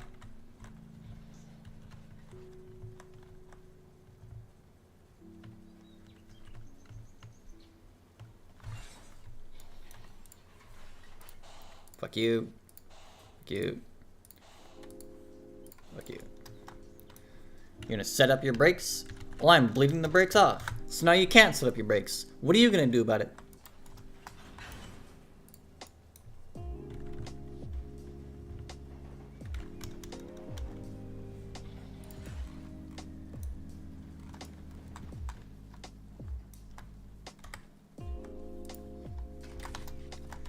Alright, these ones made it in. That's nice.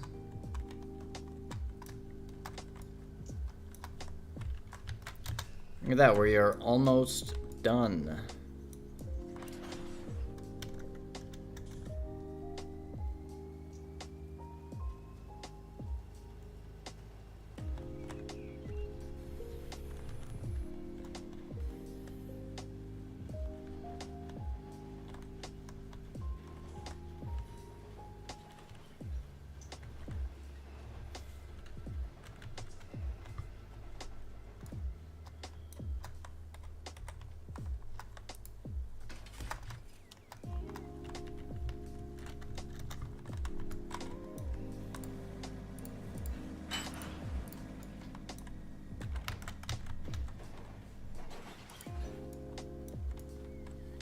This guy goes down here, I think.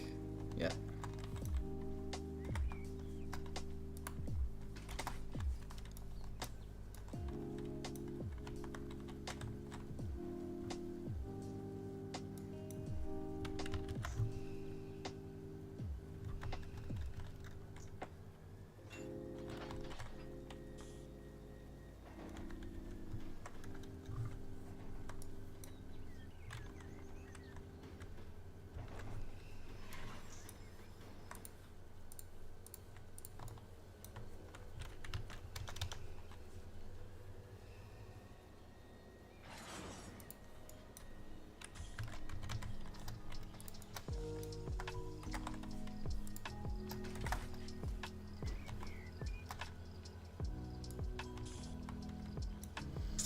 I think what I'm gonna do is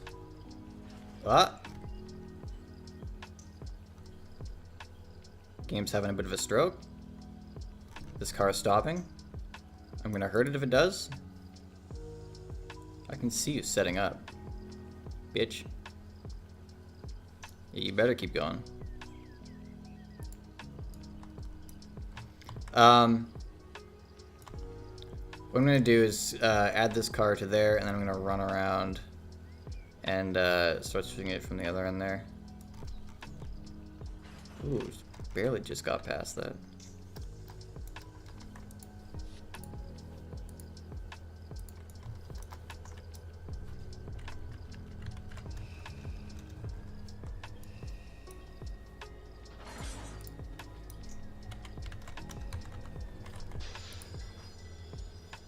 Bro, what? Huh? Huh? What do you mean?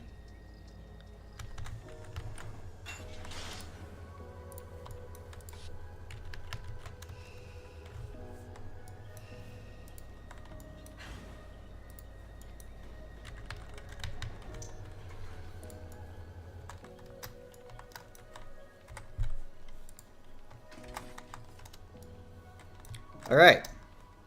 And we've got the 2 tracks we wanted sorted out done. I'm not worried about this stuff. I wanted to get the older stuff out of the way.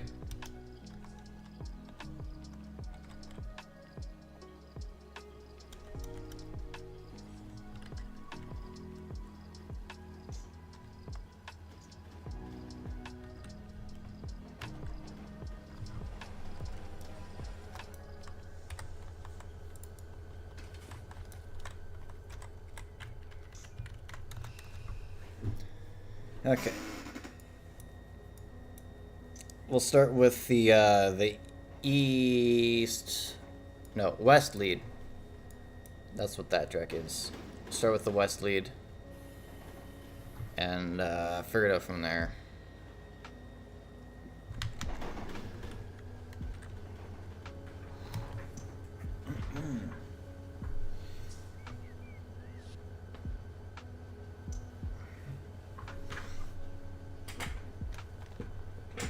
Freaking chair.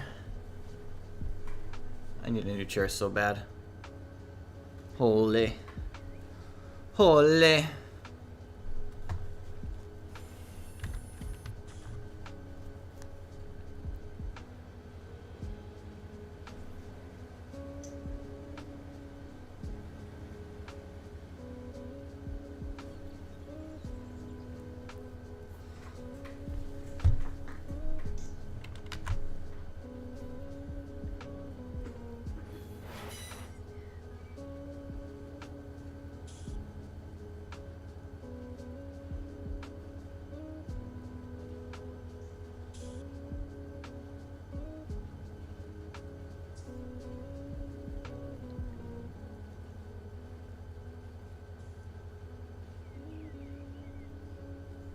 It's BNSF signaling. I don't know anything about that. If it's green, go. If it's red, stop. That's all you need to know.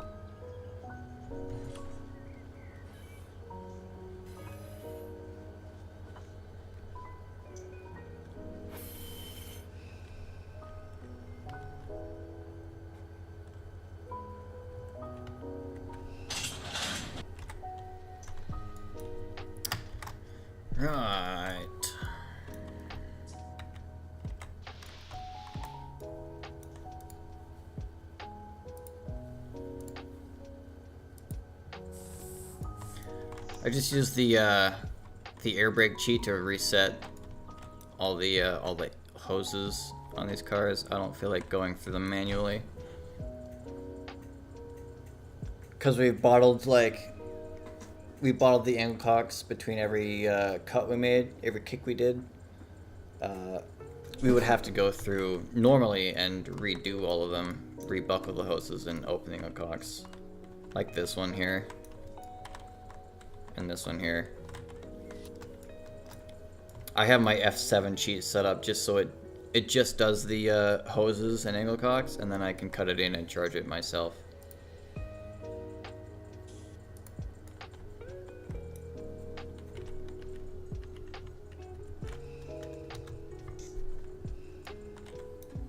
So let's pull this down so not foul at the other end.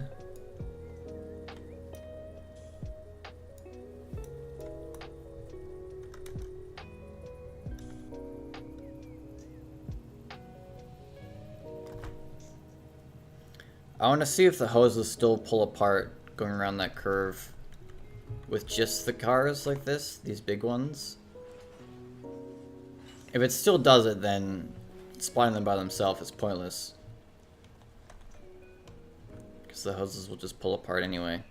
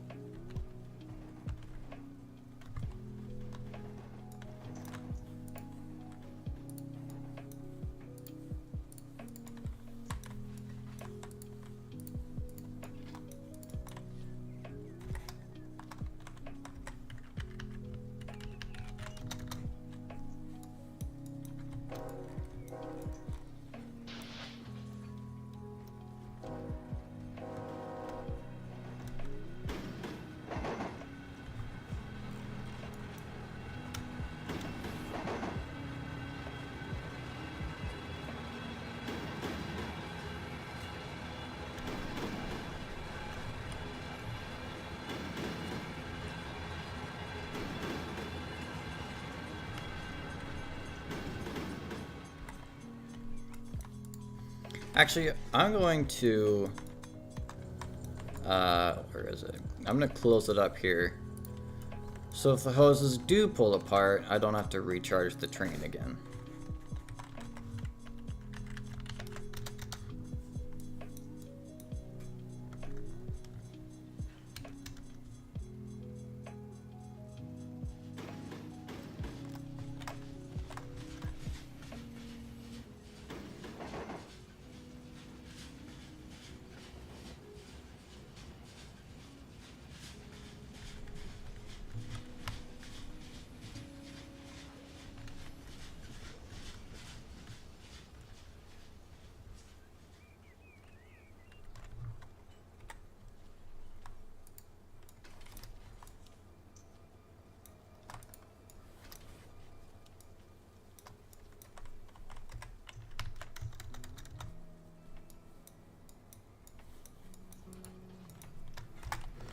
These aren't setting up, are they? No.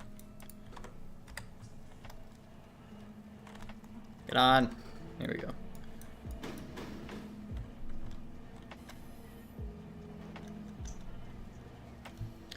All right, moment of truth.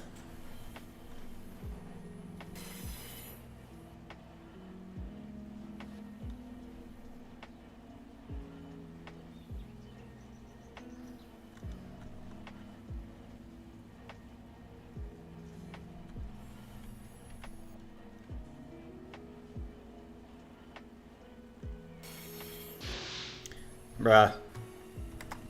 These cars are just too big for this curve.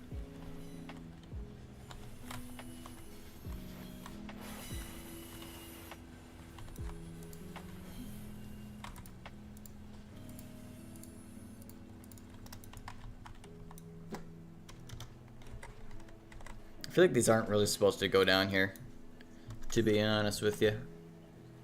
To be honest with you.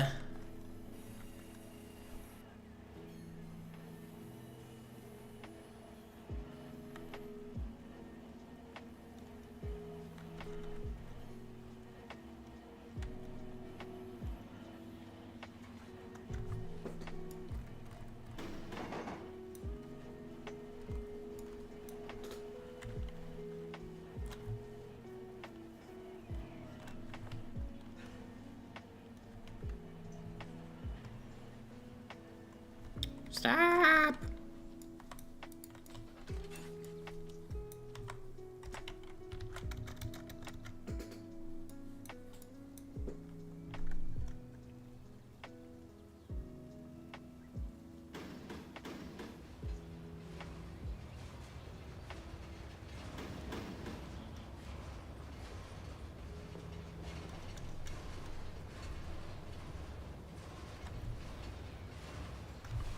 Oh, these aren't even done yet.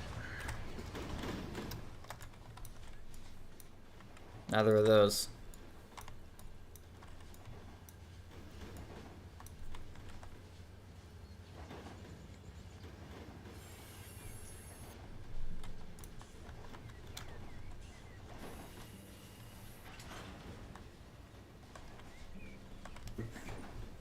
Should probably check that before we start going spotting a bunch of stuff.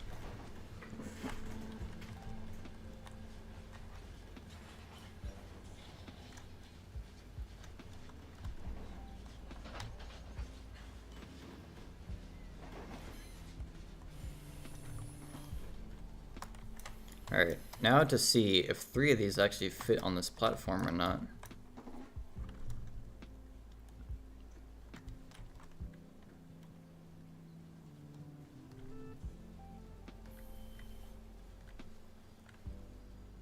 Looks like they might.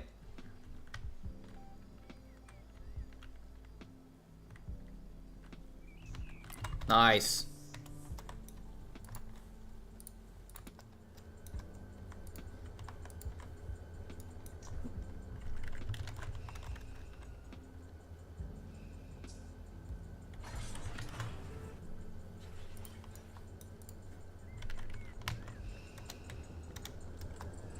Okay, so since none of the cars here are ready to pull,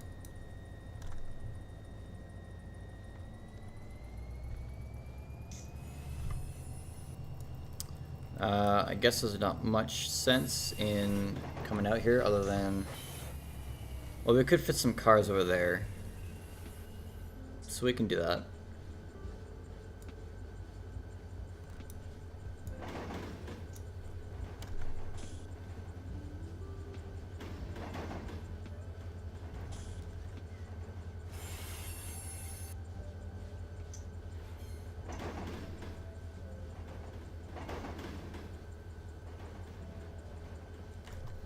See if there's anything else actually that's ready to go. Nope. Nope. Nope. Nope. Nope. No. Great. Fantastic. Nothing is ready to pull. Nope. Oh, those ones are. No. Where's the power? Oh, it's there. Okay. No. Negative.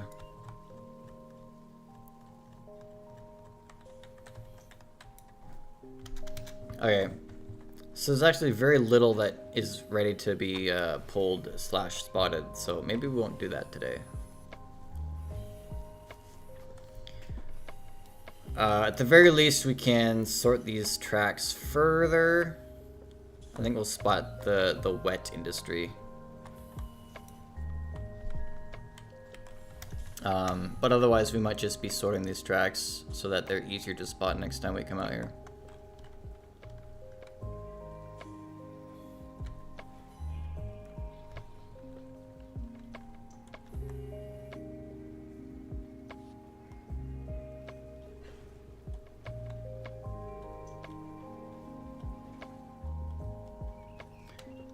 Rest in peace, everything. This happens a lot in real life. Sometimes all the trains just disappear randomly. Nothing to be concerned about.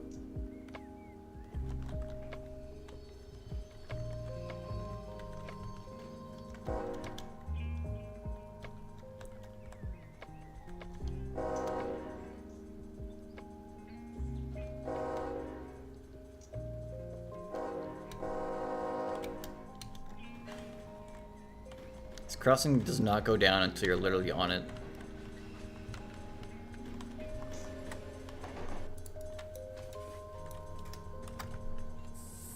Let's see, what are the hours for? Oh, why is it showing my old config? Okay, never mind.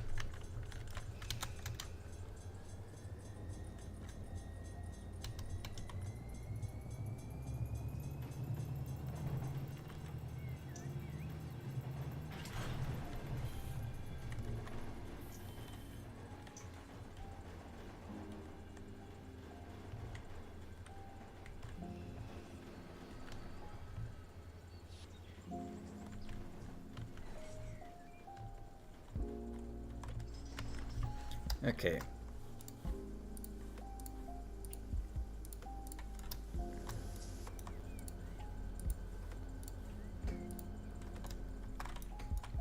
So it's a lot of Nor. Couple wet. 1 OAP.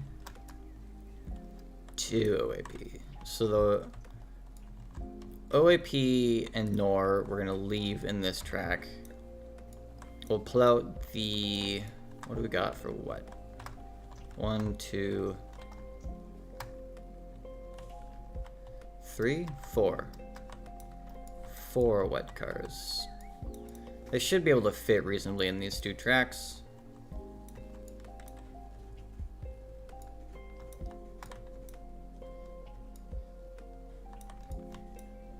And the rest will just have to leave here.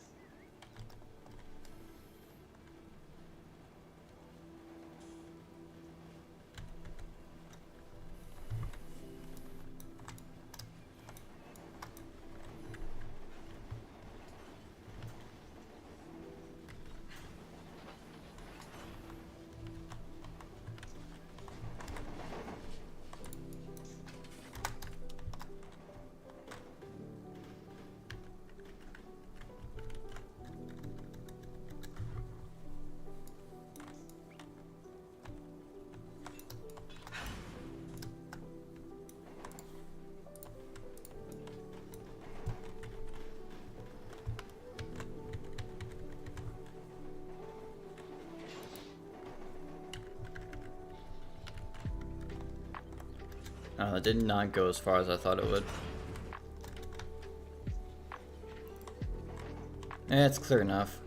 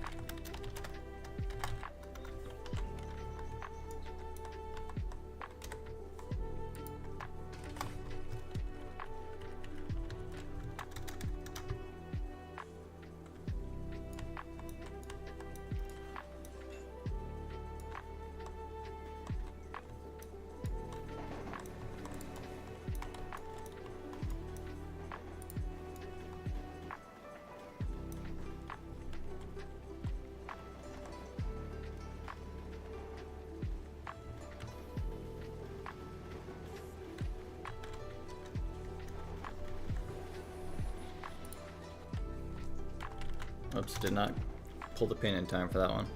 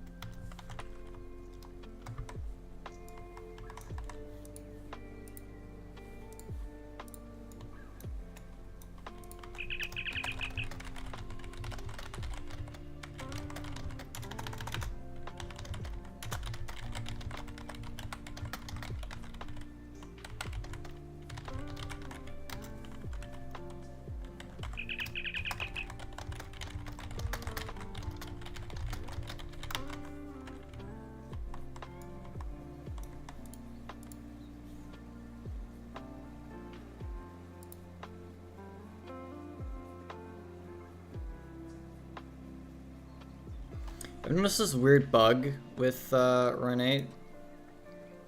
When you like go to cut in cars that you just left blasted, it doesn't, the flow doesn't come down. Like it just stays really high until you close the uncock and then cut it in again. It's odd. And the trains have disappeared again. You love to see it.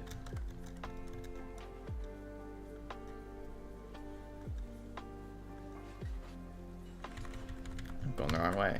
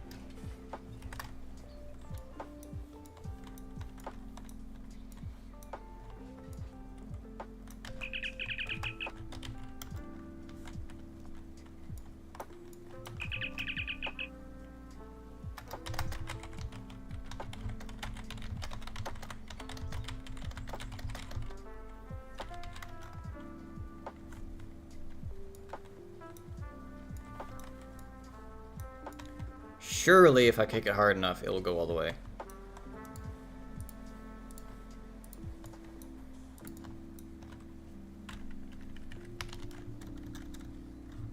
I'm gonna bleed it just in case.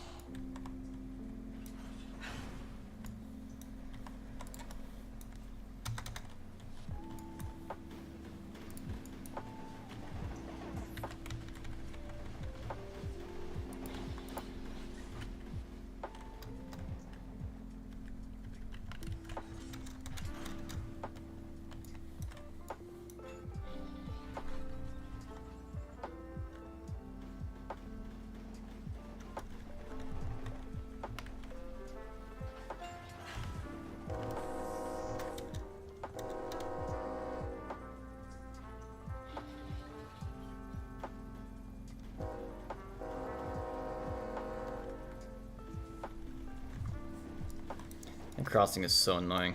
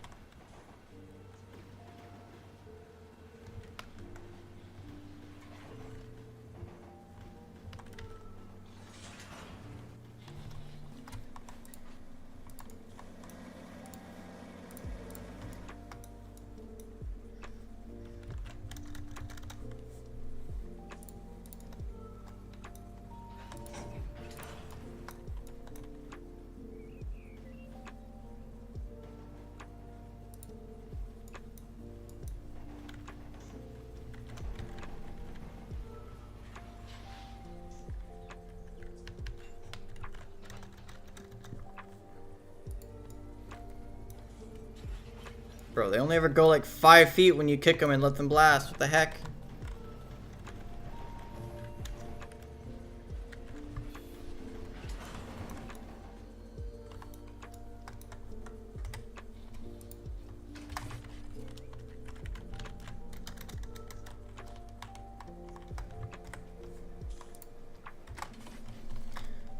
Okay.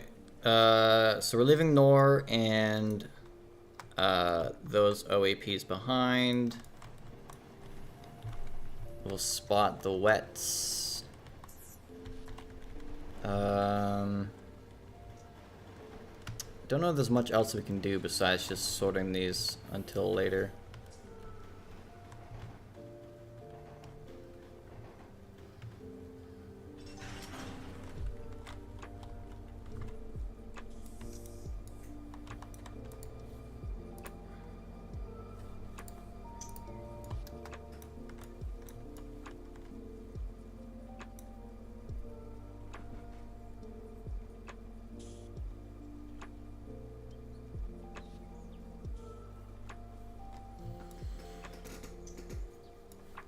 Yeah, so these 5 cars that we left blasted earlier, it does not take very long for it to charge up and the flow to start coming out, but as you can see, it's like stuck at max. So if we close it, flow drops, let it go all the way down. Then if we cut it back in again, flow goes up, and then immediately comes back down again. It's like, hello? What do you mean? I'm pretty sure that's a bug. Pretty sure it's not supposed to do that.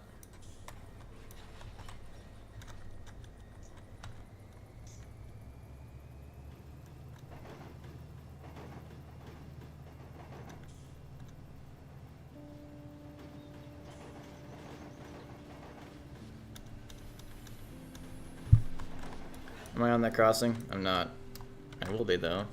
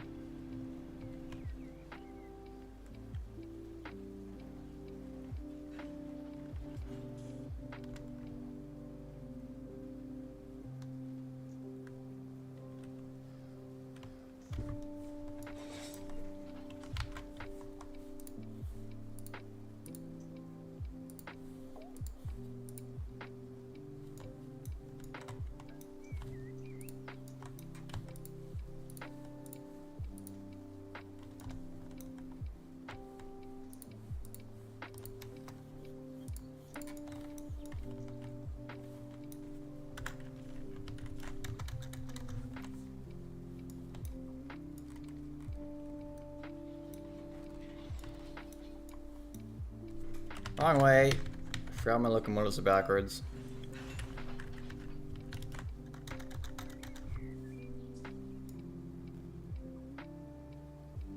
This is a lot of Nor cars. I don't even think these will all fit.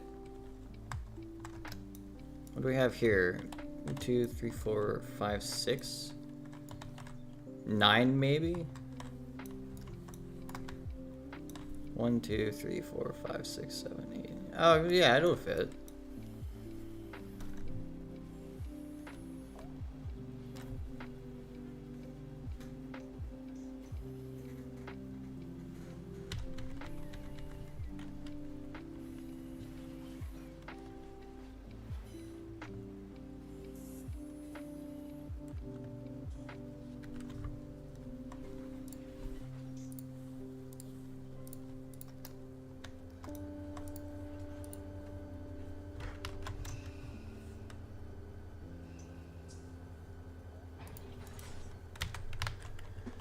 Alright.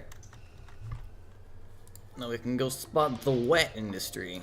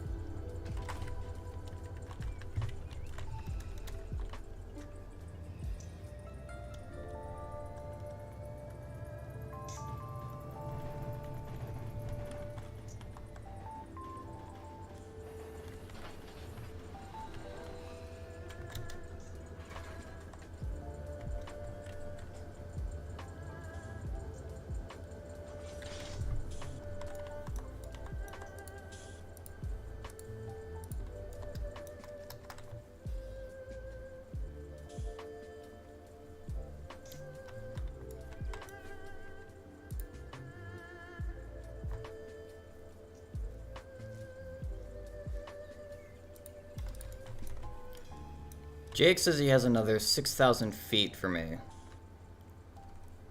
This was, I think, just over 2,000 feet.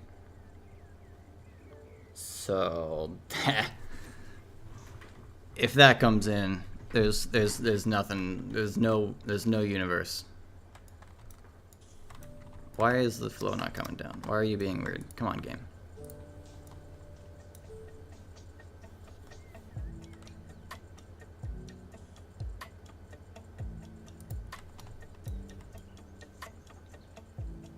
There we go. If we sent this to him,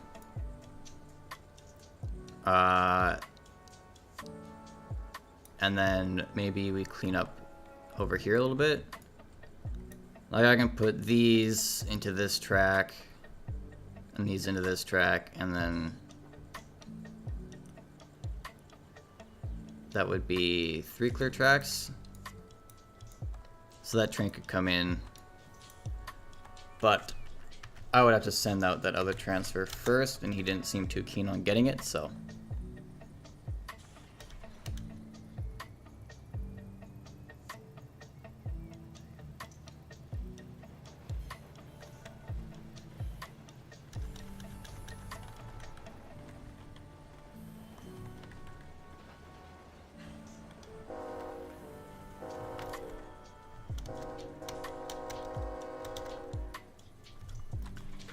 Premature stop, but you know, this crossing's annoying, so it's fine.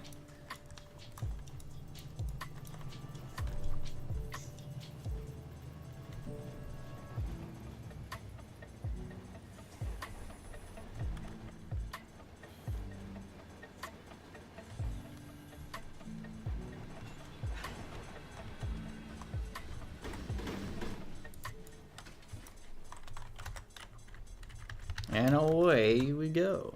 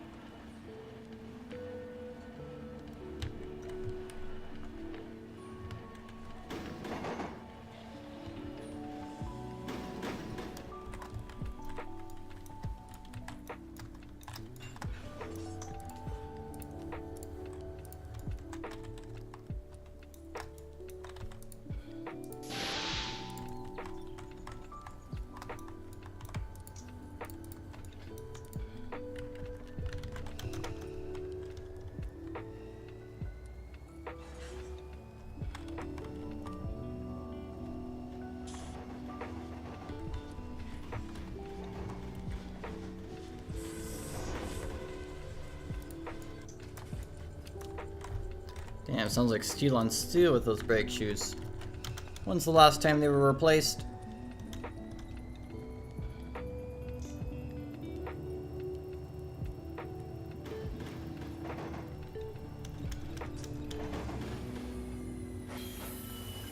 I do ride these brake shoes pretty hard, I will admit. Would not surprise me if they've been completely worn down.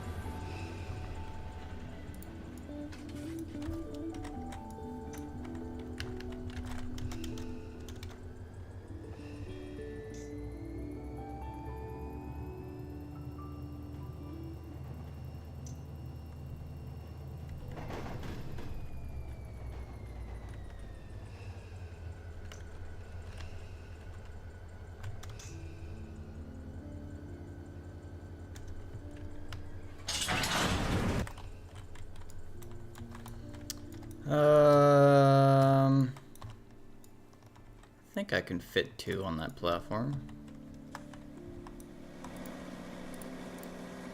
I don't know why I closed that one.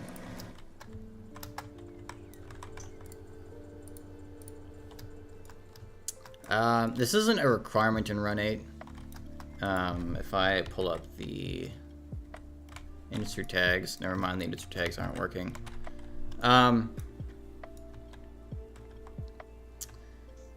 The way the industry tags work, or the industries themselves, is like it's an entire track section that's highlighted. So this entire track, if you put a car anywhere on this track, then it will be eventually unloaded.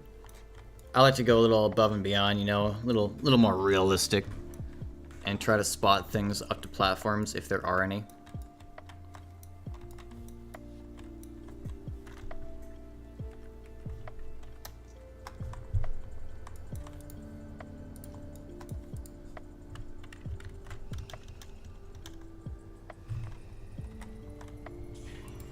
So we're gonna try and get both of these reefers onto this platform. I'll put the box down here, and then the hopper can like sit here or something.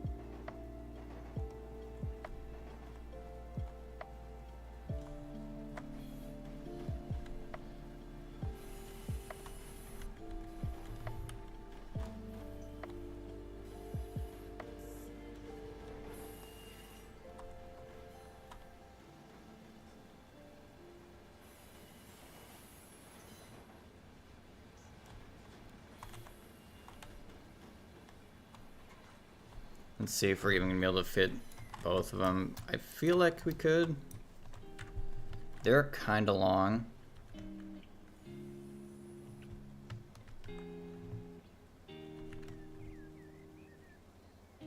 If we put the door right at the end of the platform.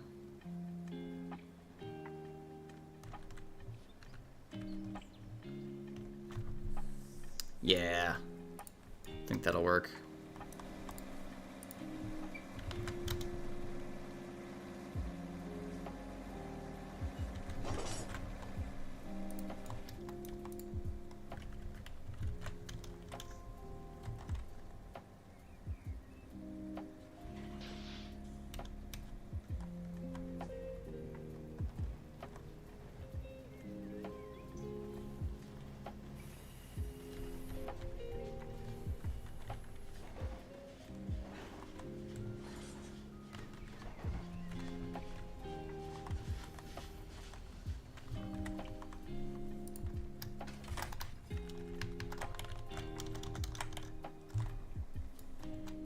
Boxcar down here. Get the reefer with that one. And then the hopper, and then we're groovy.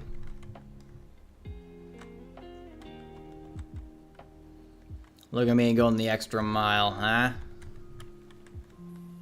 No other player would do this. Maybe some would. But most players don't.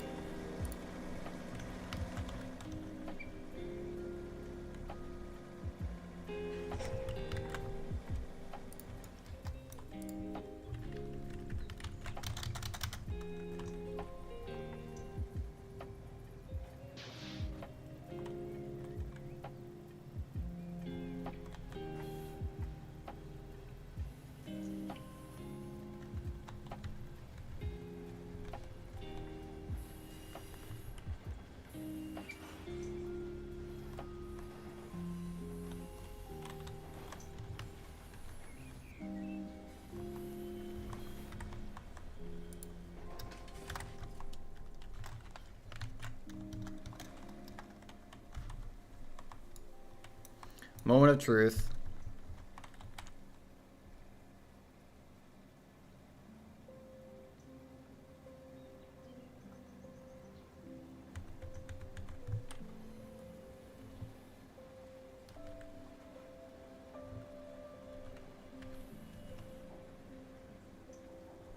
Ooh, I might need to push this one a little bit. Maybe not. Oh, you love to see it. You'll love to see it. I don't need to bother bucking the hoses. I'm leaving it all behind.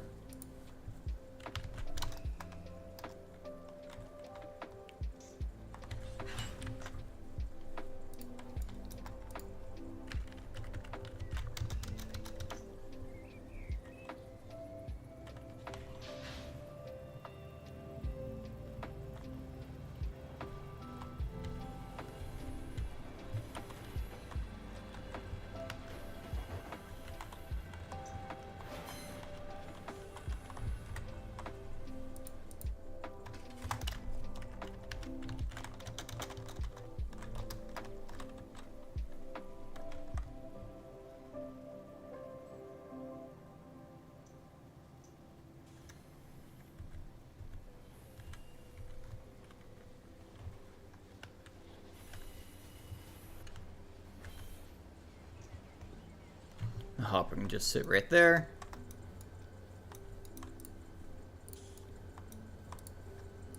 And then that's that.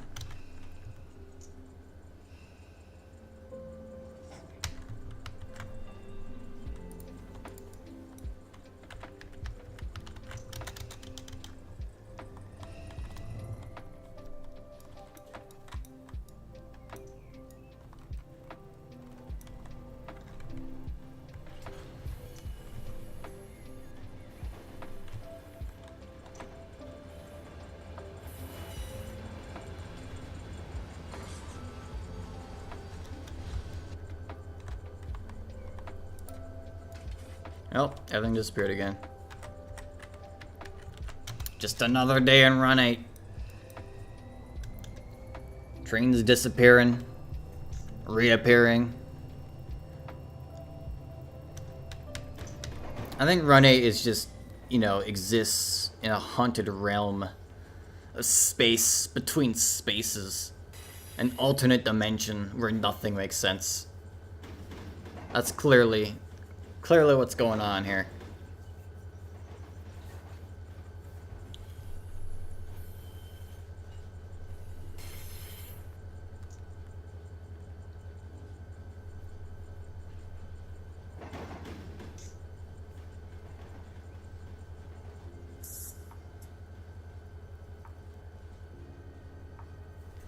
Alright.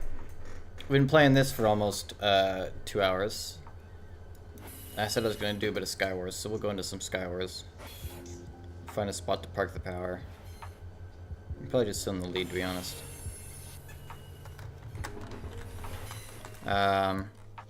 Pretty decent work for 2 hours. We sorted a bunch of stuff that I wanted sorted.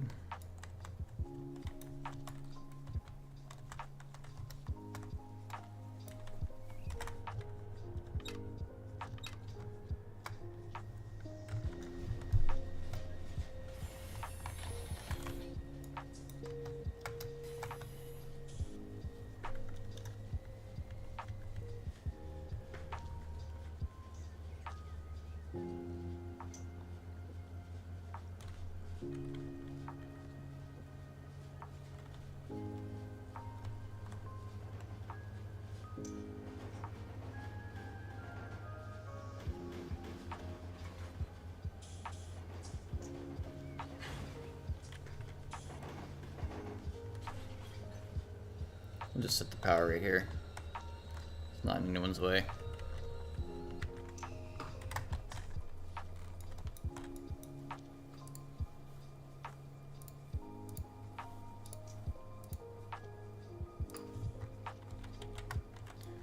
Okay,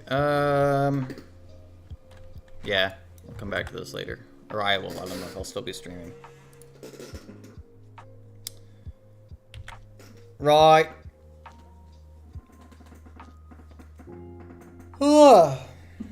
Time for some Skywars, right?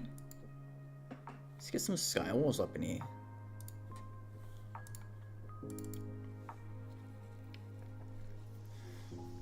I haven't, like, properly played Skywars in a while.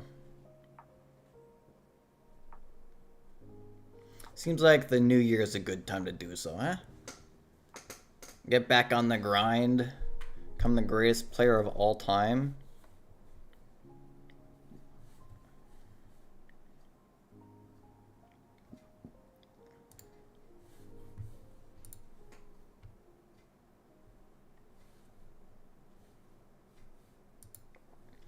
Alright, can't have no tunes. Can't have any distractions.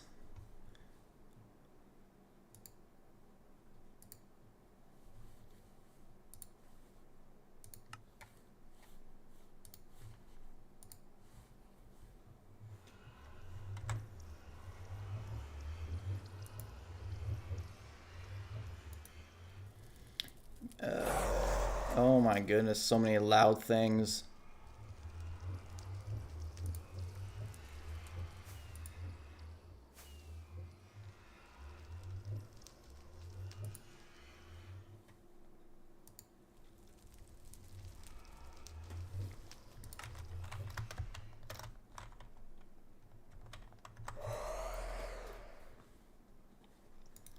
Why is it not showing up? Come on.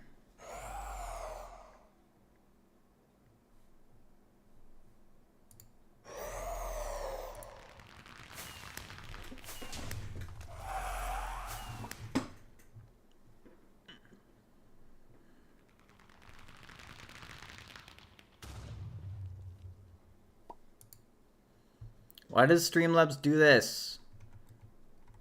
The game is running. Pick it up. Recognize that it's there. Come on. I'm so annoyed. I'm so annoyed. Why is it so difficult, Streamlabs? Come on. Oh, what do you mean? What do you mean? Why can't you figure it out? The game is running.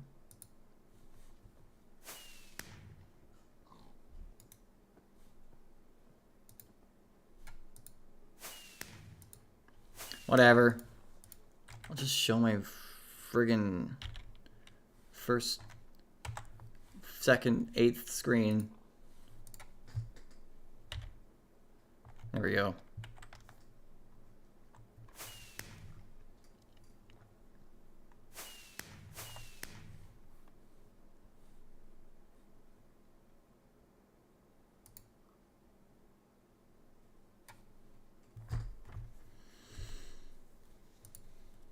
Surely, surely, surely, come on.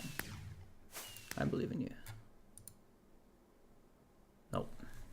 Alright, fine, be that way. I don't care.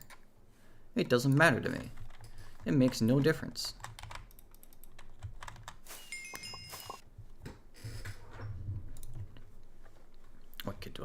That one? Sure. Why not?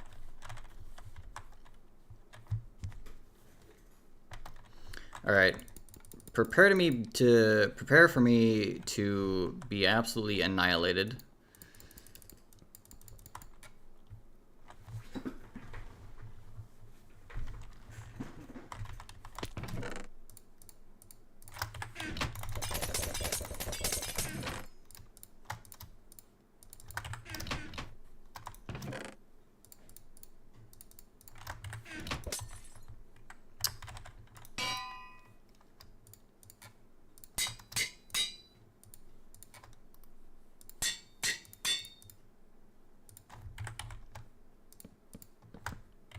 He wants the smoke. He wants it.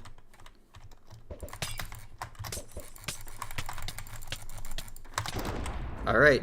He came for the smoke. And yep.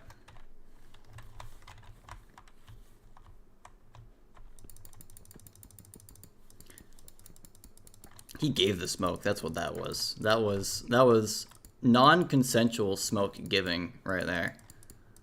That is what that was. I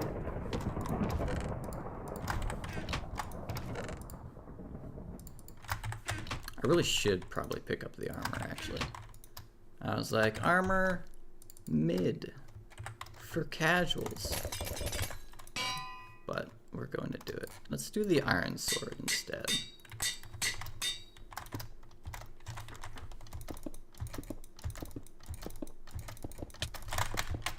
Don't be cringe.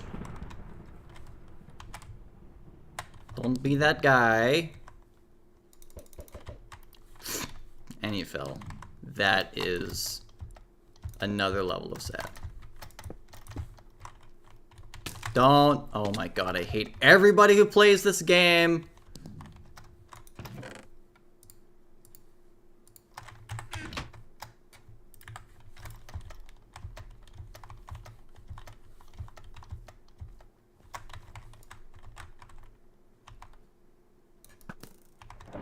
Bad.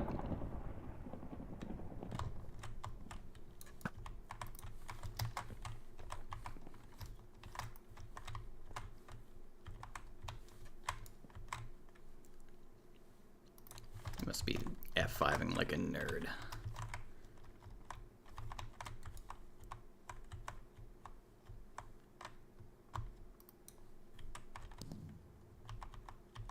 Come at me. Do it. Do it.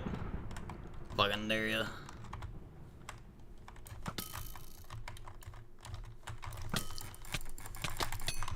Not even close! Okay.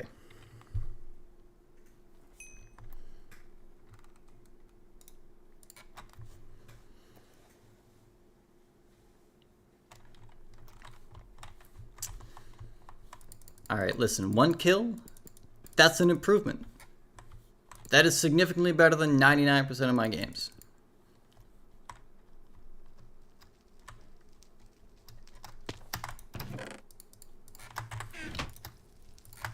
I always forget to get the armor. 2 iron swords. If only I had 2 enchanting books.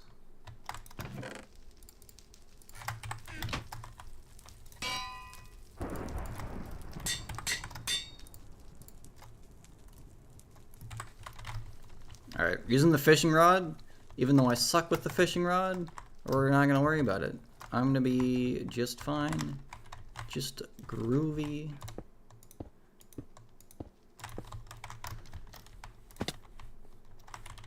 Alright. Who wants the smoke? Who wants it? This guy wants it, and I want his armor. Never mind, he's going to destroy me. Jeez.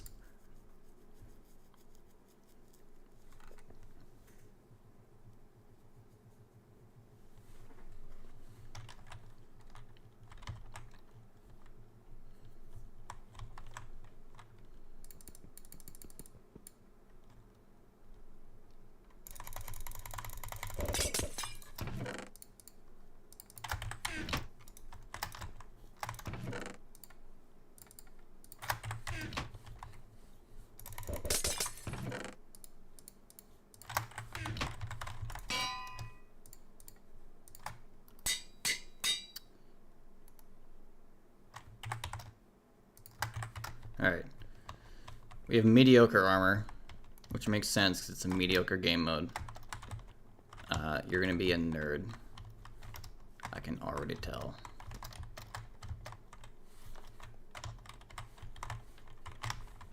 I'll just bridge over here. What's he gonna do about it?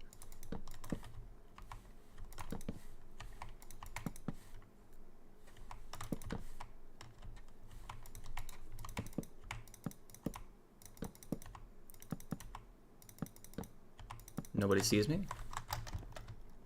Everything's fine. Genius strat.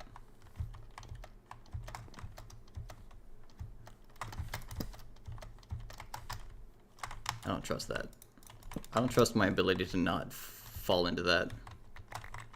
What do we have here? A boo.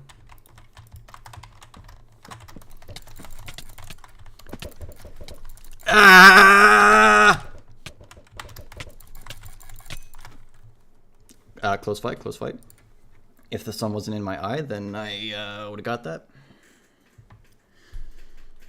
Always blame the sun.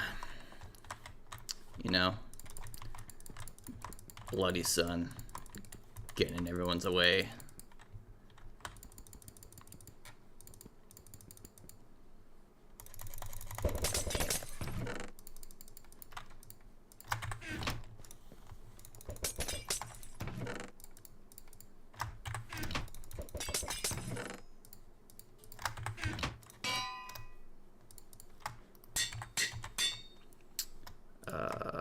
No shirt? Or did I miss it? I might have missed it.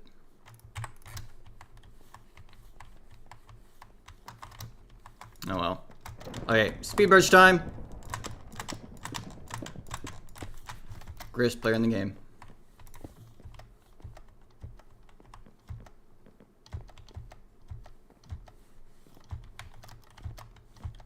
Oh, you have armor. Ooh, so many diamonds.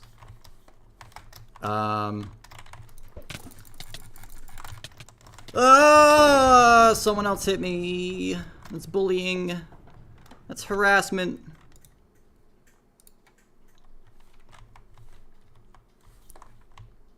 Oh, it's this map.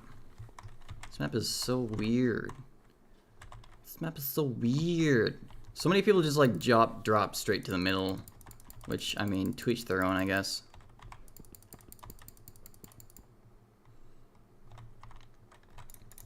I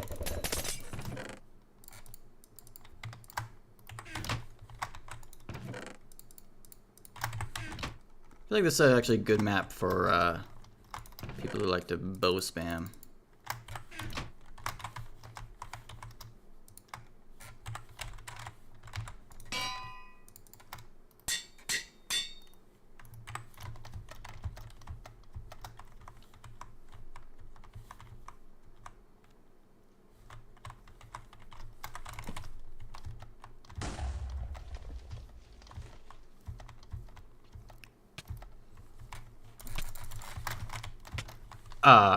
Oh, I'm down here now, and I'm almost dead. Okay, fuck.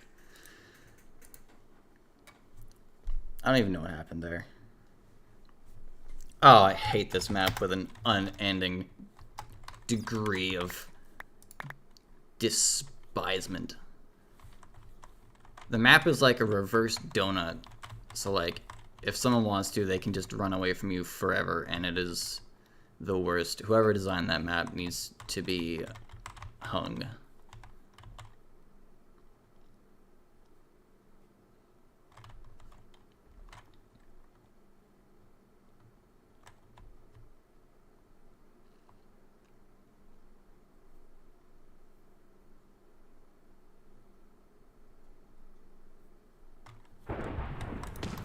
Ooh, a corrupt game. That person just fell off. I saw that.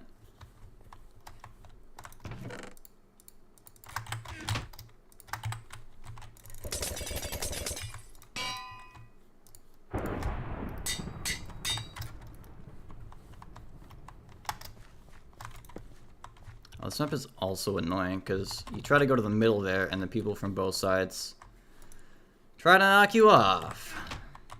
So, that's that reality. Oh my goodness. I feel like they're just sitting there watching me. Maybe not.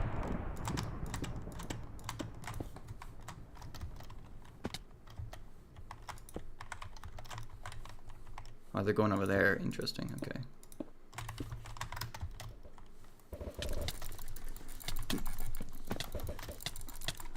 Frick!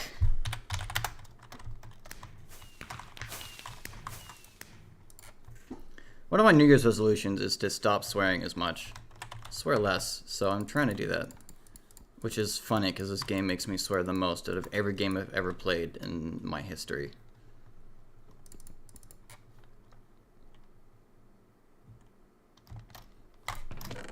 Oh, y'all see that? That is what pro gamers do. That is pro strats.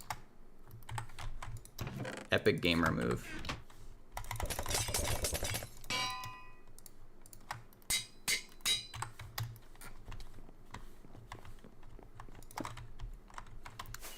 Why is that whole thing ice?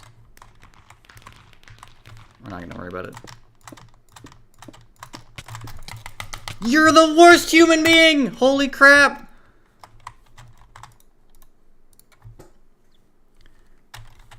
Imagine thinking you're good because you knocked someone off with projectiles!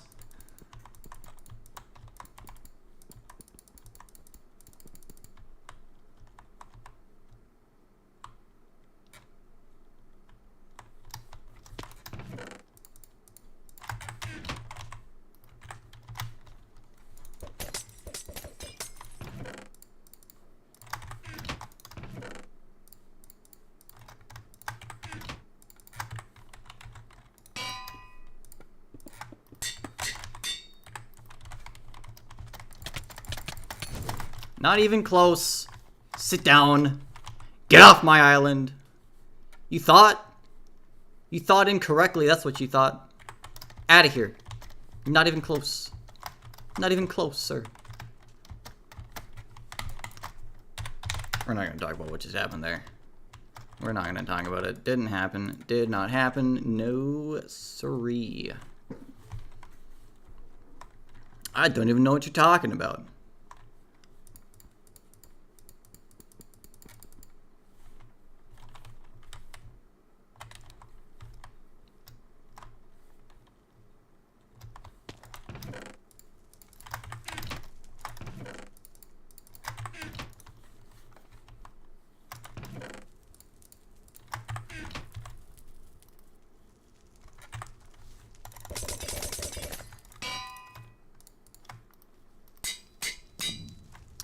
No projectiles? Feels bad.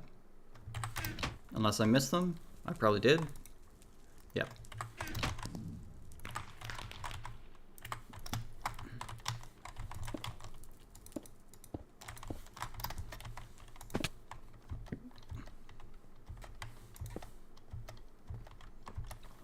Gonna knock her out while she's still got no armor. Not even close. Sit down. Okay, you know what? That's fair. That's fair.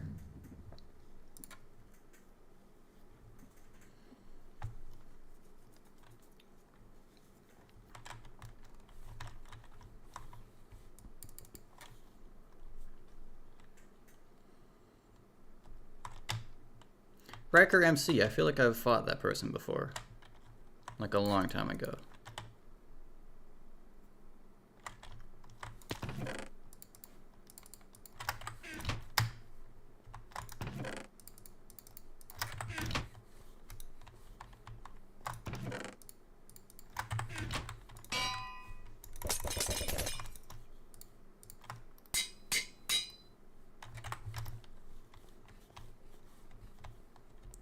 Alright. Speed bridge! Kind of, not really.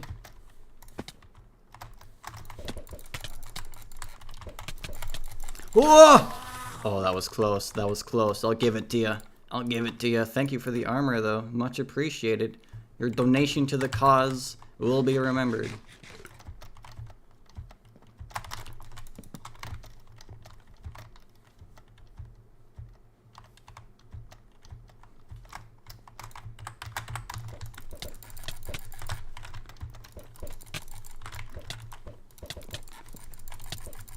Oh, he's gonna steal my kill. Don't be cringe, you suck. You're cringe! Riker! I knew it. I knew it. I knew it. He recognized me and he feared my raw power. Alright, Riker. Next time we're in a game together, it's you and me, buddy. It's you and me. I'm coming for you. I'm coming for your booty. You better tighten up. Cause if your booty's loose, I'm coming for it. And there ain't nothing you can do.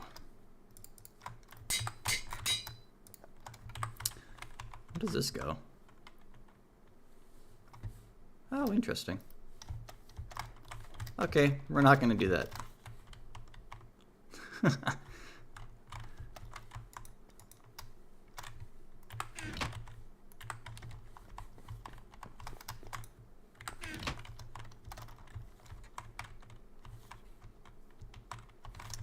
Oh, it goes down there. Oh, it's this map. Okay, I didn't recognize it at first.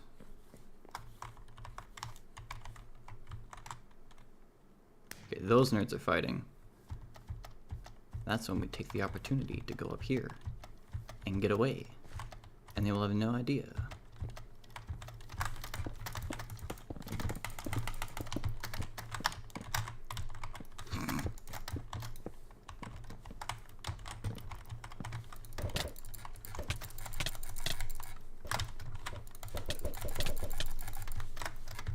Ah! Please tell me I got the kill. Yes! I'll allow it. I'll allow it.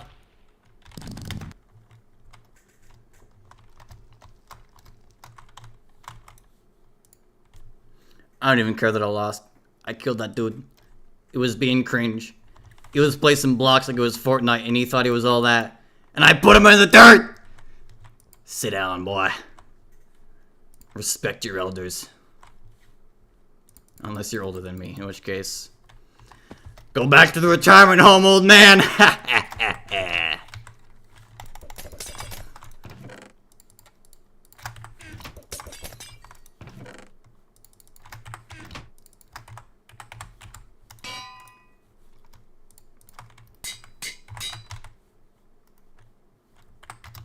Alright.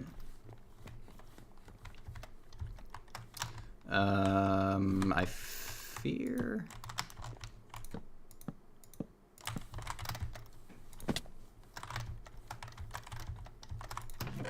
Ooh. Don't mind if I do. Where do my teammates, or my neighbors go?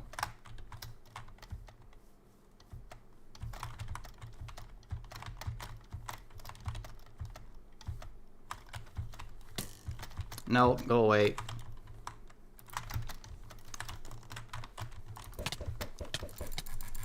Ah, you got a cringe sword! Ah! Every map, there's one sword, iron sword, that spawns. Usually in one of the mid chests. And it has the Flame 1 enchantment. So whenever you hit somebody, it lights them on fire. And if you get that sword, you're it's GG. Game over. I hate that sword exists. Or like, it could spawn in as long as it spawned in like in later rounds. You know? The fact that it's just there for anyone to take at the very beginning is kind of annoying, because then it literally incentivizes people to just go straight to mid. Do I have no projectiles? That's annoying. And then, you know, the whole like beginning of the game is basically just RNG.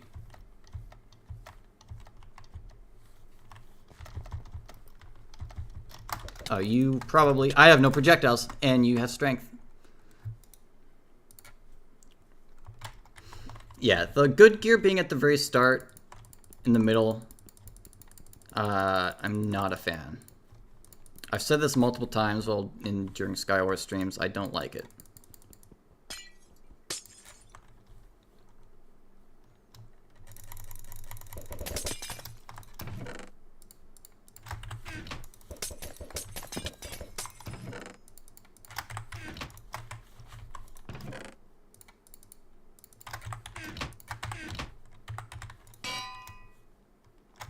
Was there not? Really? Really? Really? Bruh. Love that. There's a chance that you can just spawn on your island and not get any sword that has some amount of power to it. Love that. Great game.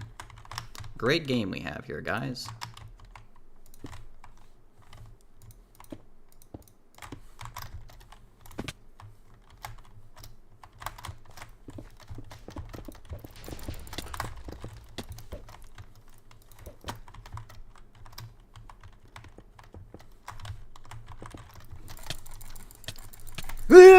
You bitch! Alright.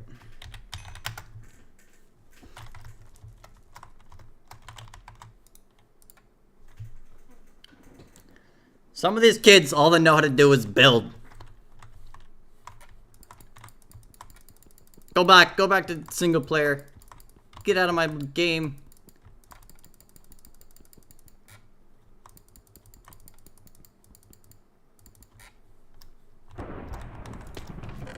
Alright, corrupted game. Everyone's going to sweat their balls off.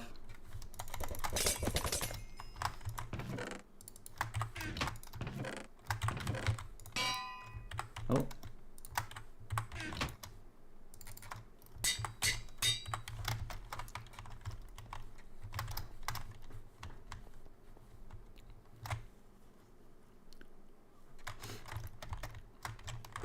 Does that guy have a snowman? Is he really one of those people?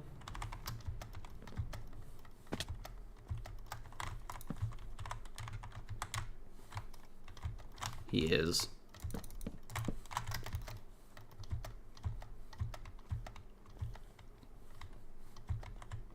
Ooh.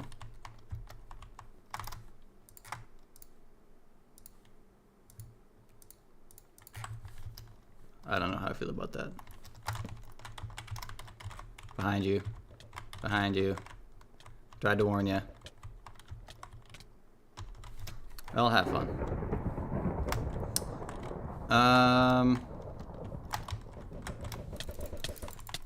Alright. Yep, just spam snowballs. Just spam snowballs. You're such a good player. You're such a good player. Really showing it to the scrubs, huh? Really showing it to the peasants. With your stack of snowballs.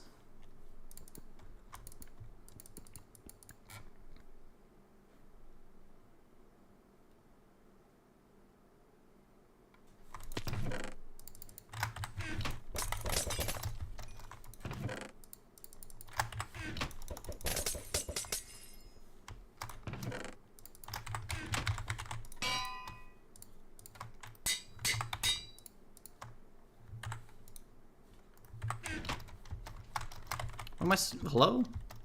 Game's freaking out for no reason? What the heck? Alright, they're gonna fight, and I'm gonna run away. And fall, and die, and cry myself to sleep.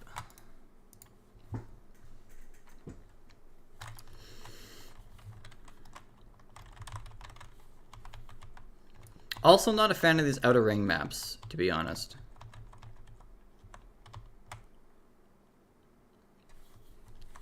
There's just something about them I don't really care for.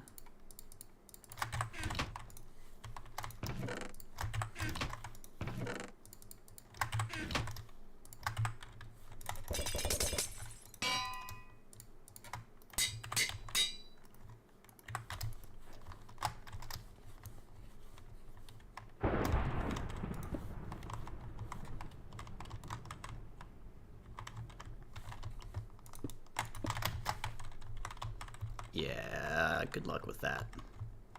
Nice try.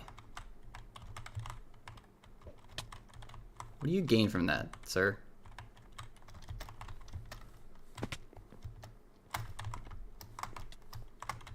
Okay, well you most likely have some sort of perk.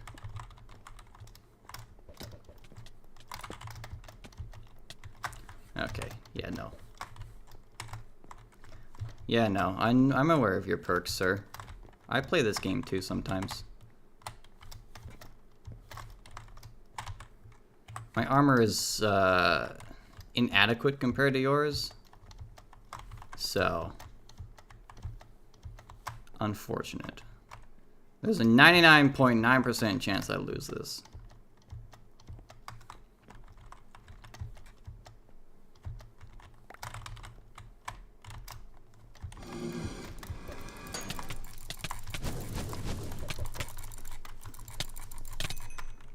Rip. Like I said. Ooh, beans, X do. Love that name.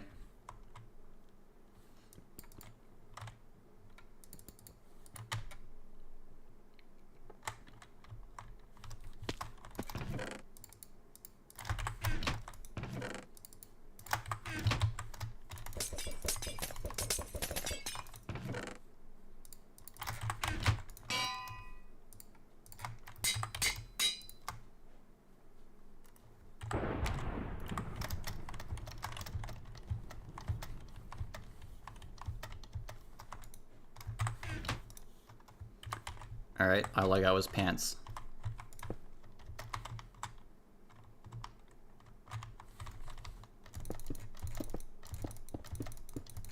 No one's gonna knock me off.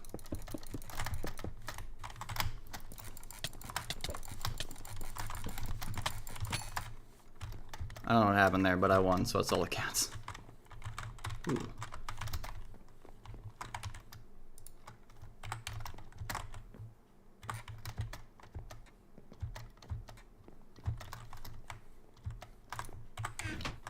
Now, does that guy have good armor? Or is it just his skin? It's just his skin.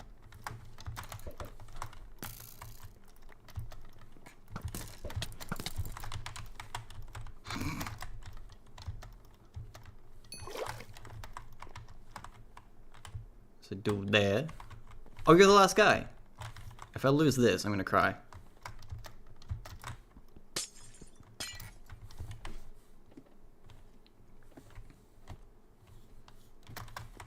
Give me good stuff. Bro, what? That stuff sucked. What do you mean?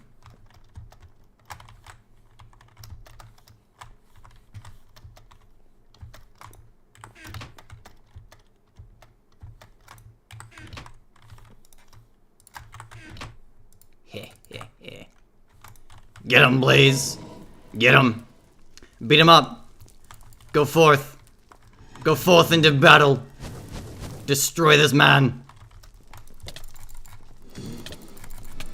Oh, they might destroy me. Never mind. I'm the greatest player in the game. Thank you for tuning in, ladies and gentlemen. Subscribe today. What do we at? 319. We'll play for like another 10 minutes. I do have to make dinner at some point. So when dinner time comes, I will stop streaming.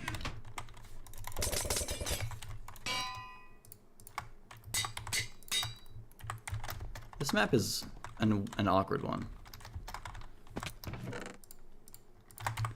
It really is like, who cannot die by some cringe lord with eggs? I wanted your chest plate!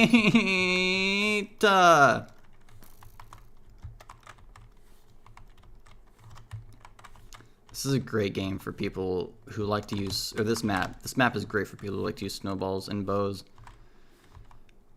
I am not one of those people. I have never used a snowball or a bow in my life.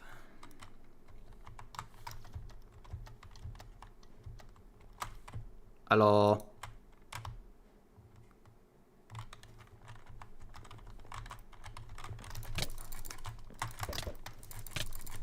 Oh, you have a knockback sword.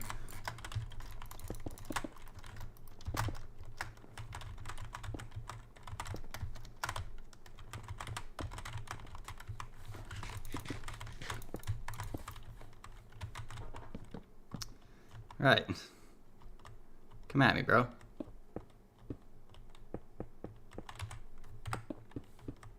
What do you... You're cringe!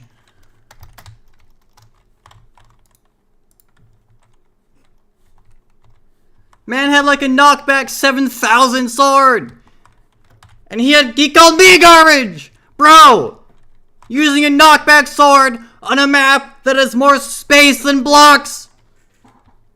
Sit down!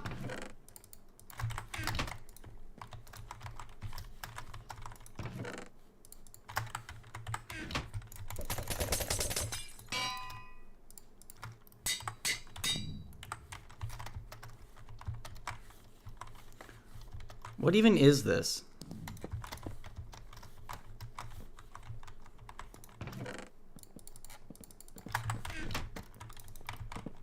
Can you not?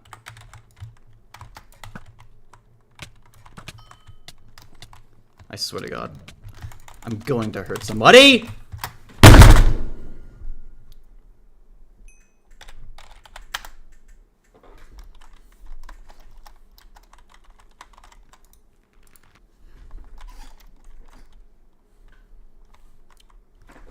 Garbage map. Bro, that island was like 4 blocks.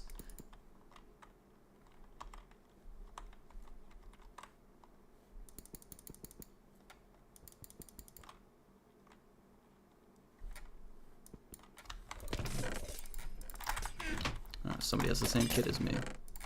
Good for them.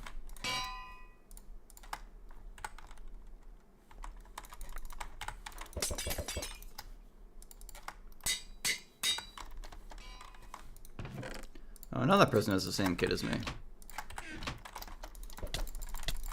Get out of here. Sit. Sit down.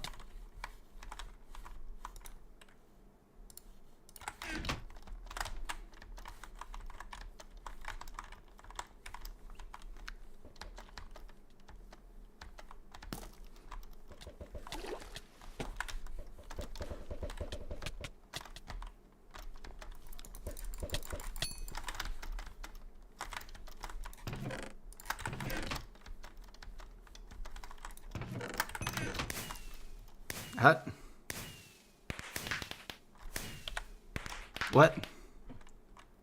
Eh? So confused.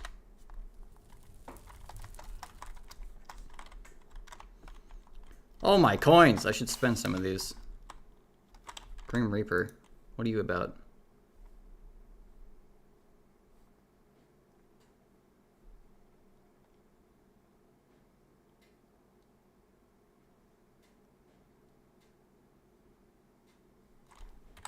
I had no idea. Where's the,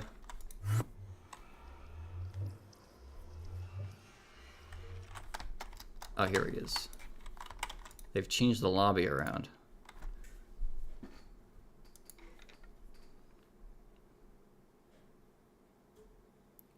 Oh, what? Oh, they've changed so much. Up to 6 active perks at any time.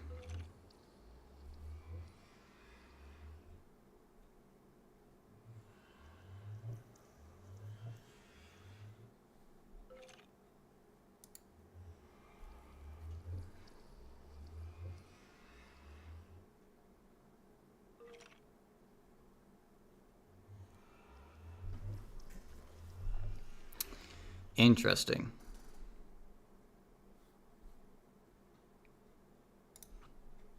Okay, let's well, let's start by seeing what we have.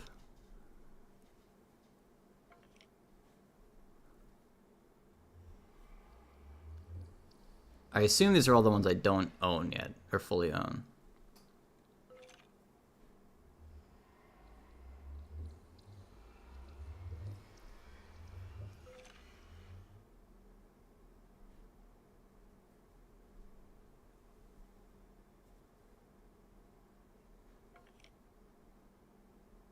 I like that.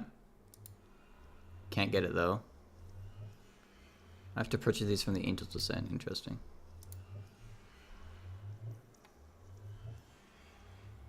And these are all the ones that I have. Yeah, they've changed it a lot. Okay. Well, bulldozer's just a given. Don't really care about that one. I do like that. 2 kills with a bow, that almost never happens. Friendly zombie, whatever. Spider when you die, whatever. Robbery, Haste when the game starts. Regen. Yeah. Absorption when the game starts. Definitely so many people like to rush your island at the start. Reduce environmental damage by 10.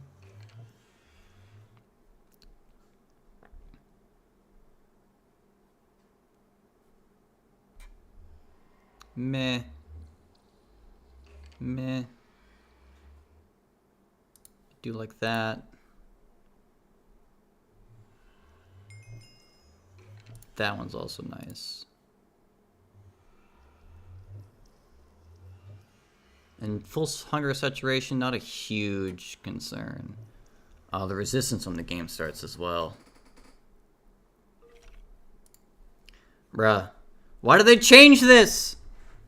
This is so cringe.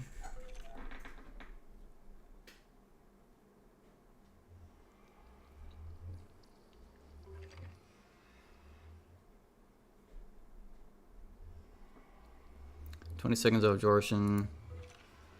Resistance when the game starts.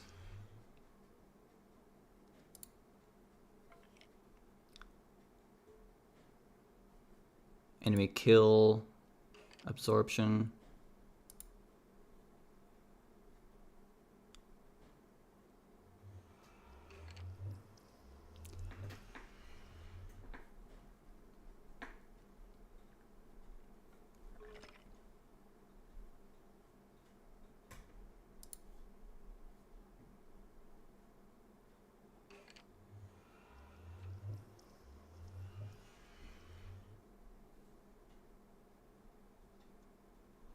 What does absorption do even? I want to make sure I understand that before I waste it.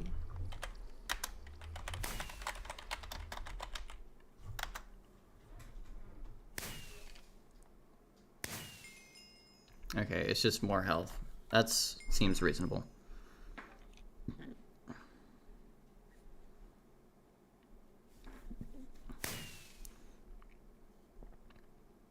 Absorption for 7 seconds. Resistance at the start. Absorption at the start. Ender Pearl. Always gotta have Ender Pearls. Especially in a game called frickin' Sky Wars. Extra ore. Meh. Every kill.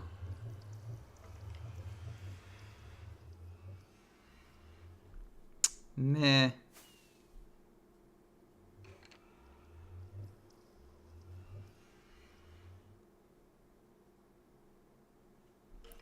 I already have that one, right? Yeah. Oh, it highlights all the ones I have. Silverfish, whatever. Arrow, whatever. Fire arrow, whatever. Environmental damage, maybe?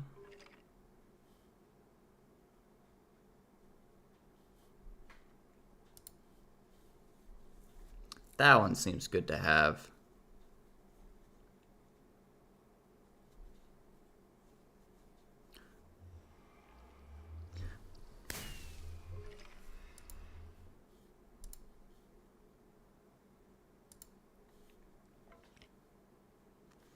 Seems like they got rid of a bunch of perks too. I swear there used to be so many more.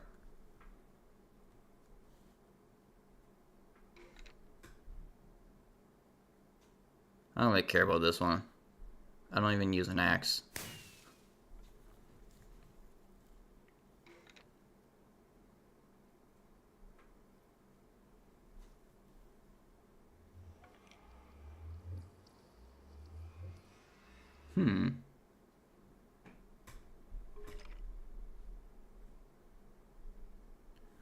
Oh.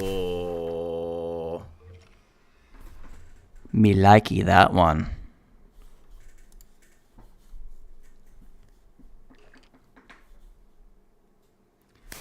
I have to get these from the Angel's Descent. Where is...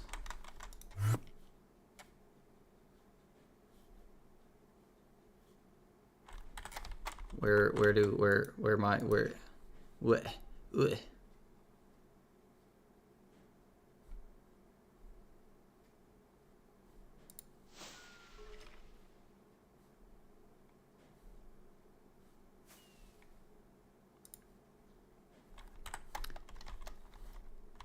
What is it? I've already forgotten. Angel's Descent. Where is Angel's Descent? How does one descent the angel? Here? Yes.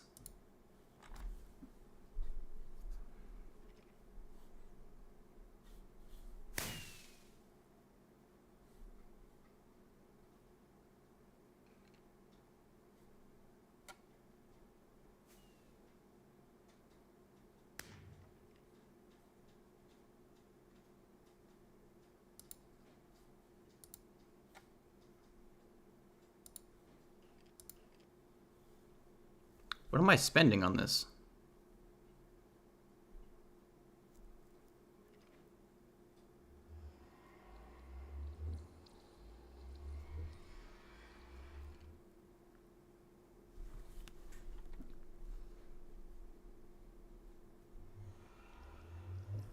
Opals.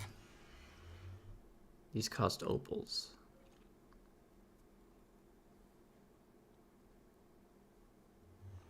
Requires 12 that I'm level 11.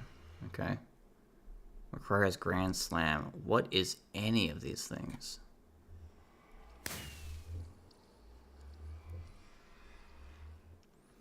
Gained from collecting enough souls when your gold pursuits are higher. Any souls gained from kills, wins, or quests count towards your next opal.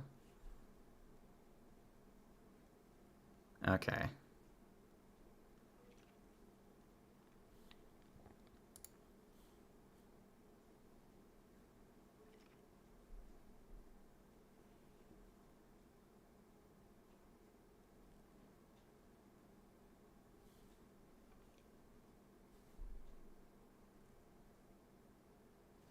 What prestige am I even right now?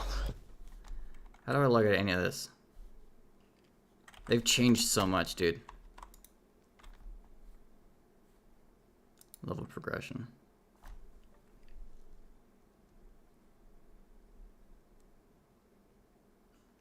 Oh, you get an opal when you level up. As well, okay. And then a certain amount of souls or whatever? That's weird. I don't know. I like the way it was. They made it so complicated. I'm not gonna play this map. This map is garbage.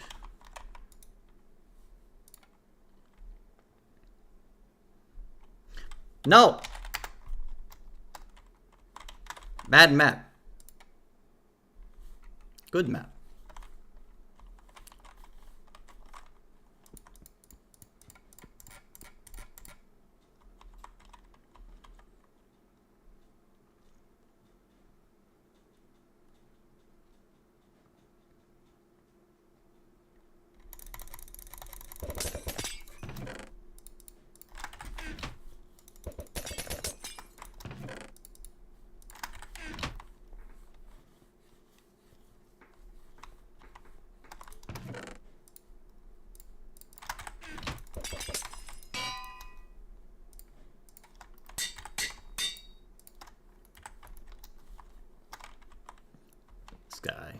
This guy.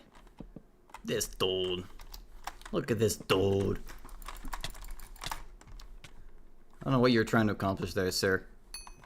I do not know. This is why.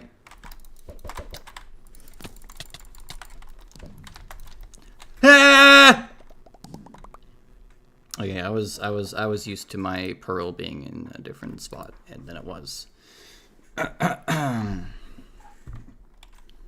So I freaked out when I couldn't scroll to it. Otherwise, I would have survived that. Okay, the pearl was just in a different spot. Okay. Not my fault. It's a bad game. Bad game design.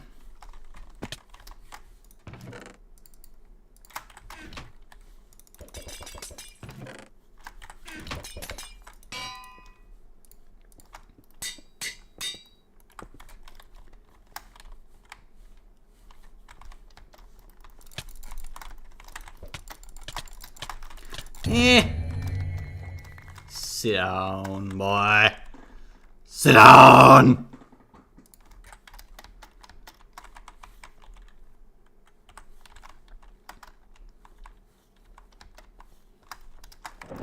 Is this dude really built with music blocks?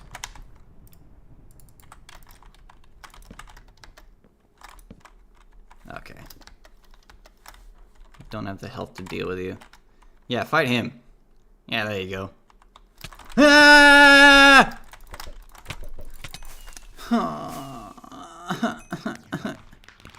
Okay. Why was my health taking 6 hours to regenerate?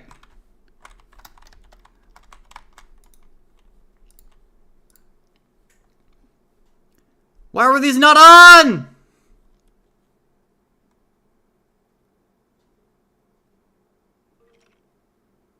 Yes. Strength. Oh, they've changed it. You now get 2 seconds of strength in team mode. Okay, that's good. Previously, Bulldozer was disabled completely when you played doubles, which was ridiculous, because in any game mode where you would want to have strength after you kill somebody is doubles. When you're getting teamed by like 2 people by yourself because your teammate died, you want to have strength. So, you know, if anything, that should be the opposite. 2 seconds for solo, 5 for teams, but I digress. Anyway, that's a nice change. Ender Pearl like that. Absorption when the game starts. Resistance when the game starts. Enemy kills. Absorption 1 for 7 seconds. This is the one I think is what bumps it up. So what one did I have previously? I have it on. That one's on. That one's on. Regen for 10 seconds. Oh, maybe I had this one. I can't remember. 50% chance to get a golden apple after a kill. Bro, this slot thing is so dumb. I'm so mad. Why do they make that change? I hate this game.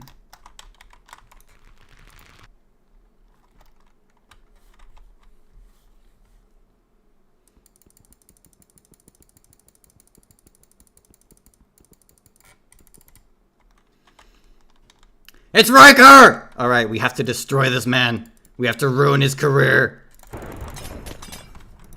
We're going full sweat mode, chat.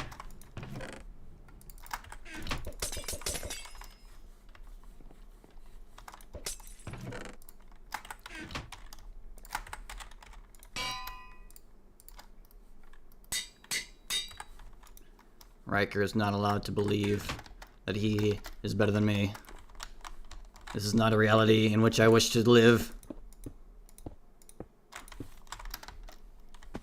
Where's Riker? I think that's him in the middle.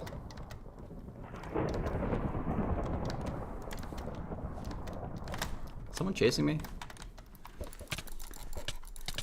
It's Riker! Get him! Fuck!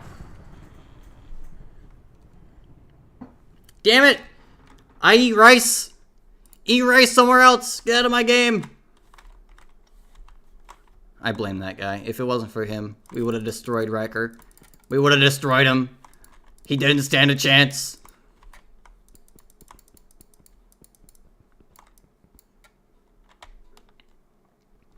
One of these days, Riker. One of these days.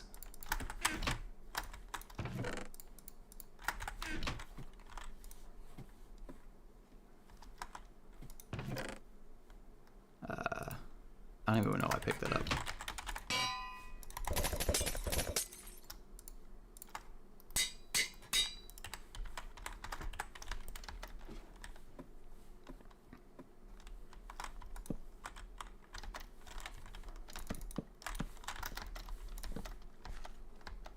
Look at this guy.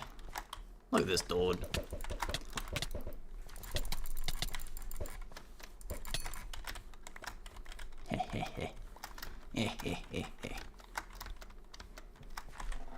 Pants.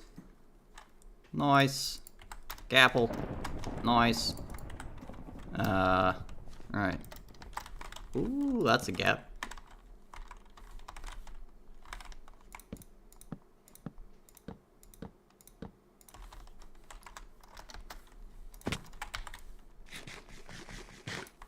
Alright.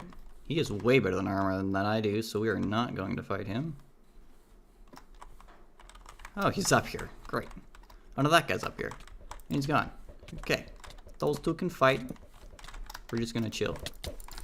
Okay. Oh, this is bad. I'm dead. I'm dead. I'm dead. I'm dead.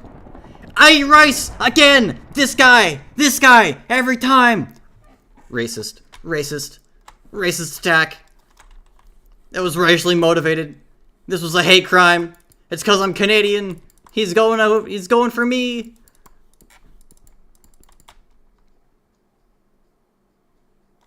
Okay, he's not in the game this time.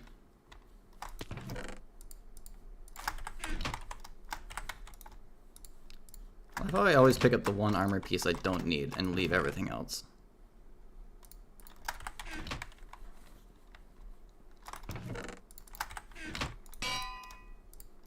Nope.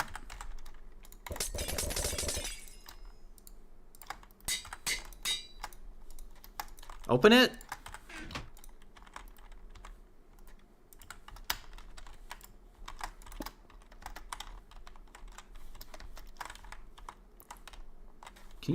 Can you go away? Can you leave me alone to tend to my sheep? Look, he wanted to camp me, and that's what happened. This is what you get.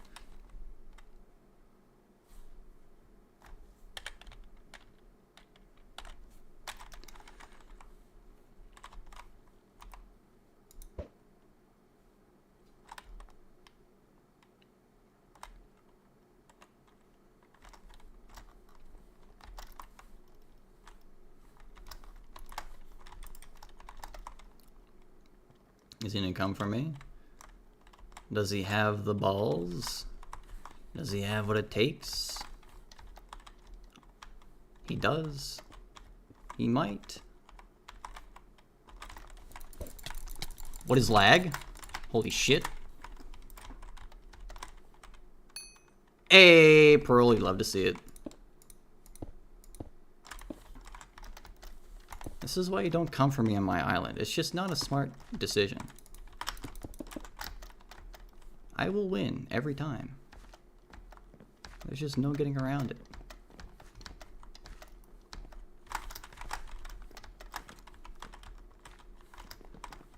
Okay, this guy concerns me. This guy is a bit concerning. I will not lie. It's a bit concerning.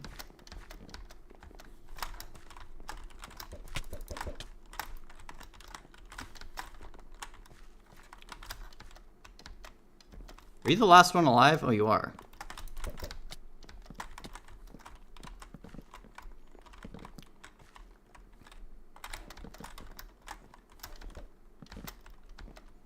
I'm gonna go over here. What are you gonna do about it?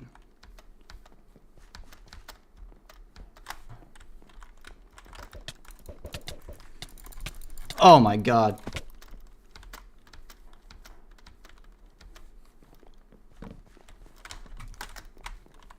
I fear, I fear, I fear.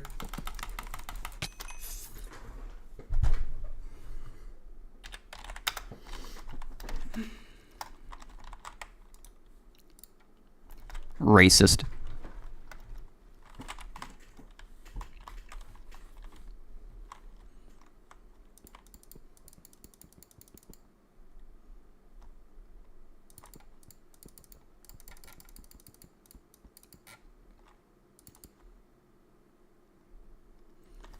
Okay, gotta win one more game. I can't just, we can't end on that.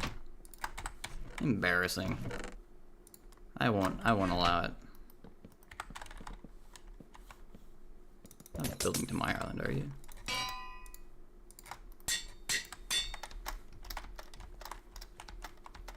Don't think you did.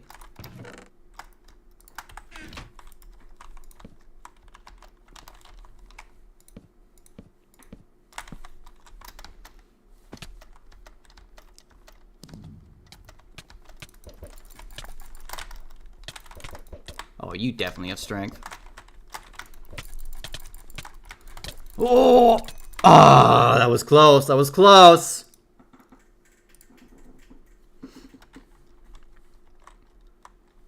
I don't think he had strength, because I had, like, barely any armor, and he didn't kill me in one hit.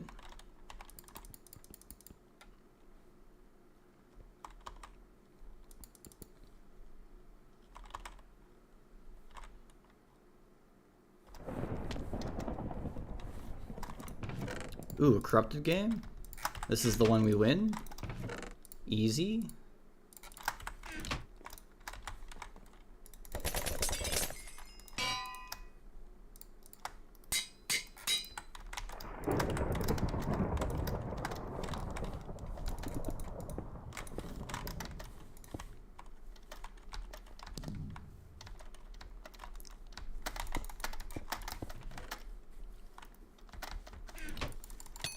Yoink.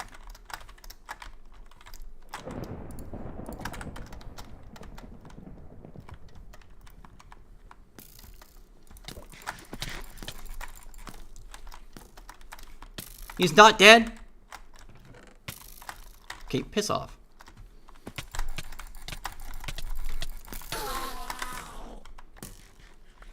Go away. Oh, my lag. Lag! Lag! Don't do this to me, game! Bruh! Bro! What do you mean? Hello? Holy shit. I'm stuck. I'm literally stuck. Hello? Oh my god. If I'd have died, I would have been so cheesed. You don't even realize. Oh my god.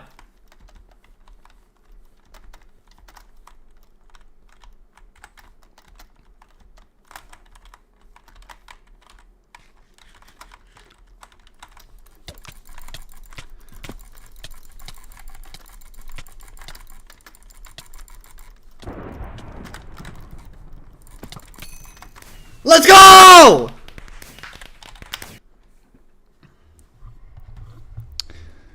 If you would like to see any more exceptional plays in Skywars, subscribe today. Okay. You know, when you lose 70 games in a row, it feels really good when you finally win one. Anyway, my voice hurts from yelling. And it's 6 p.m. I should get some food. So I'm going to wrap it up there. We had a good almost 4 hour stream. First stream of the year. Not too bad. Not too bad. What plans do I have for 2023? I don't know. Maybe we'll see some cool videos that I make with some friends that aren't streamed. Maybe. Anyway.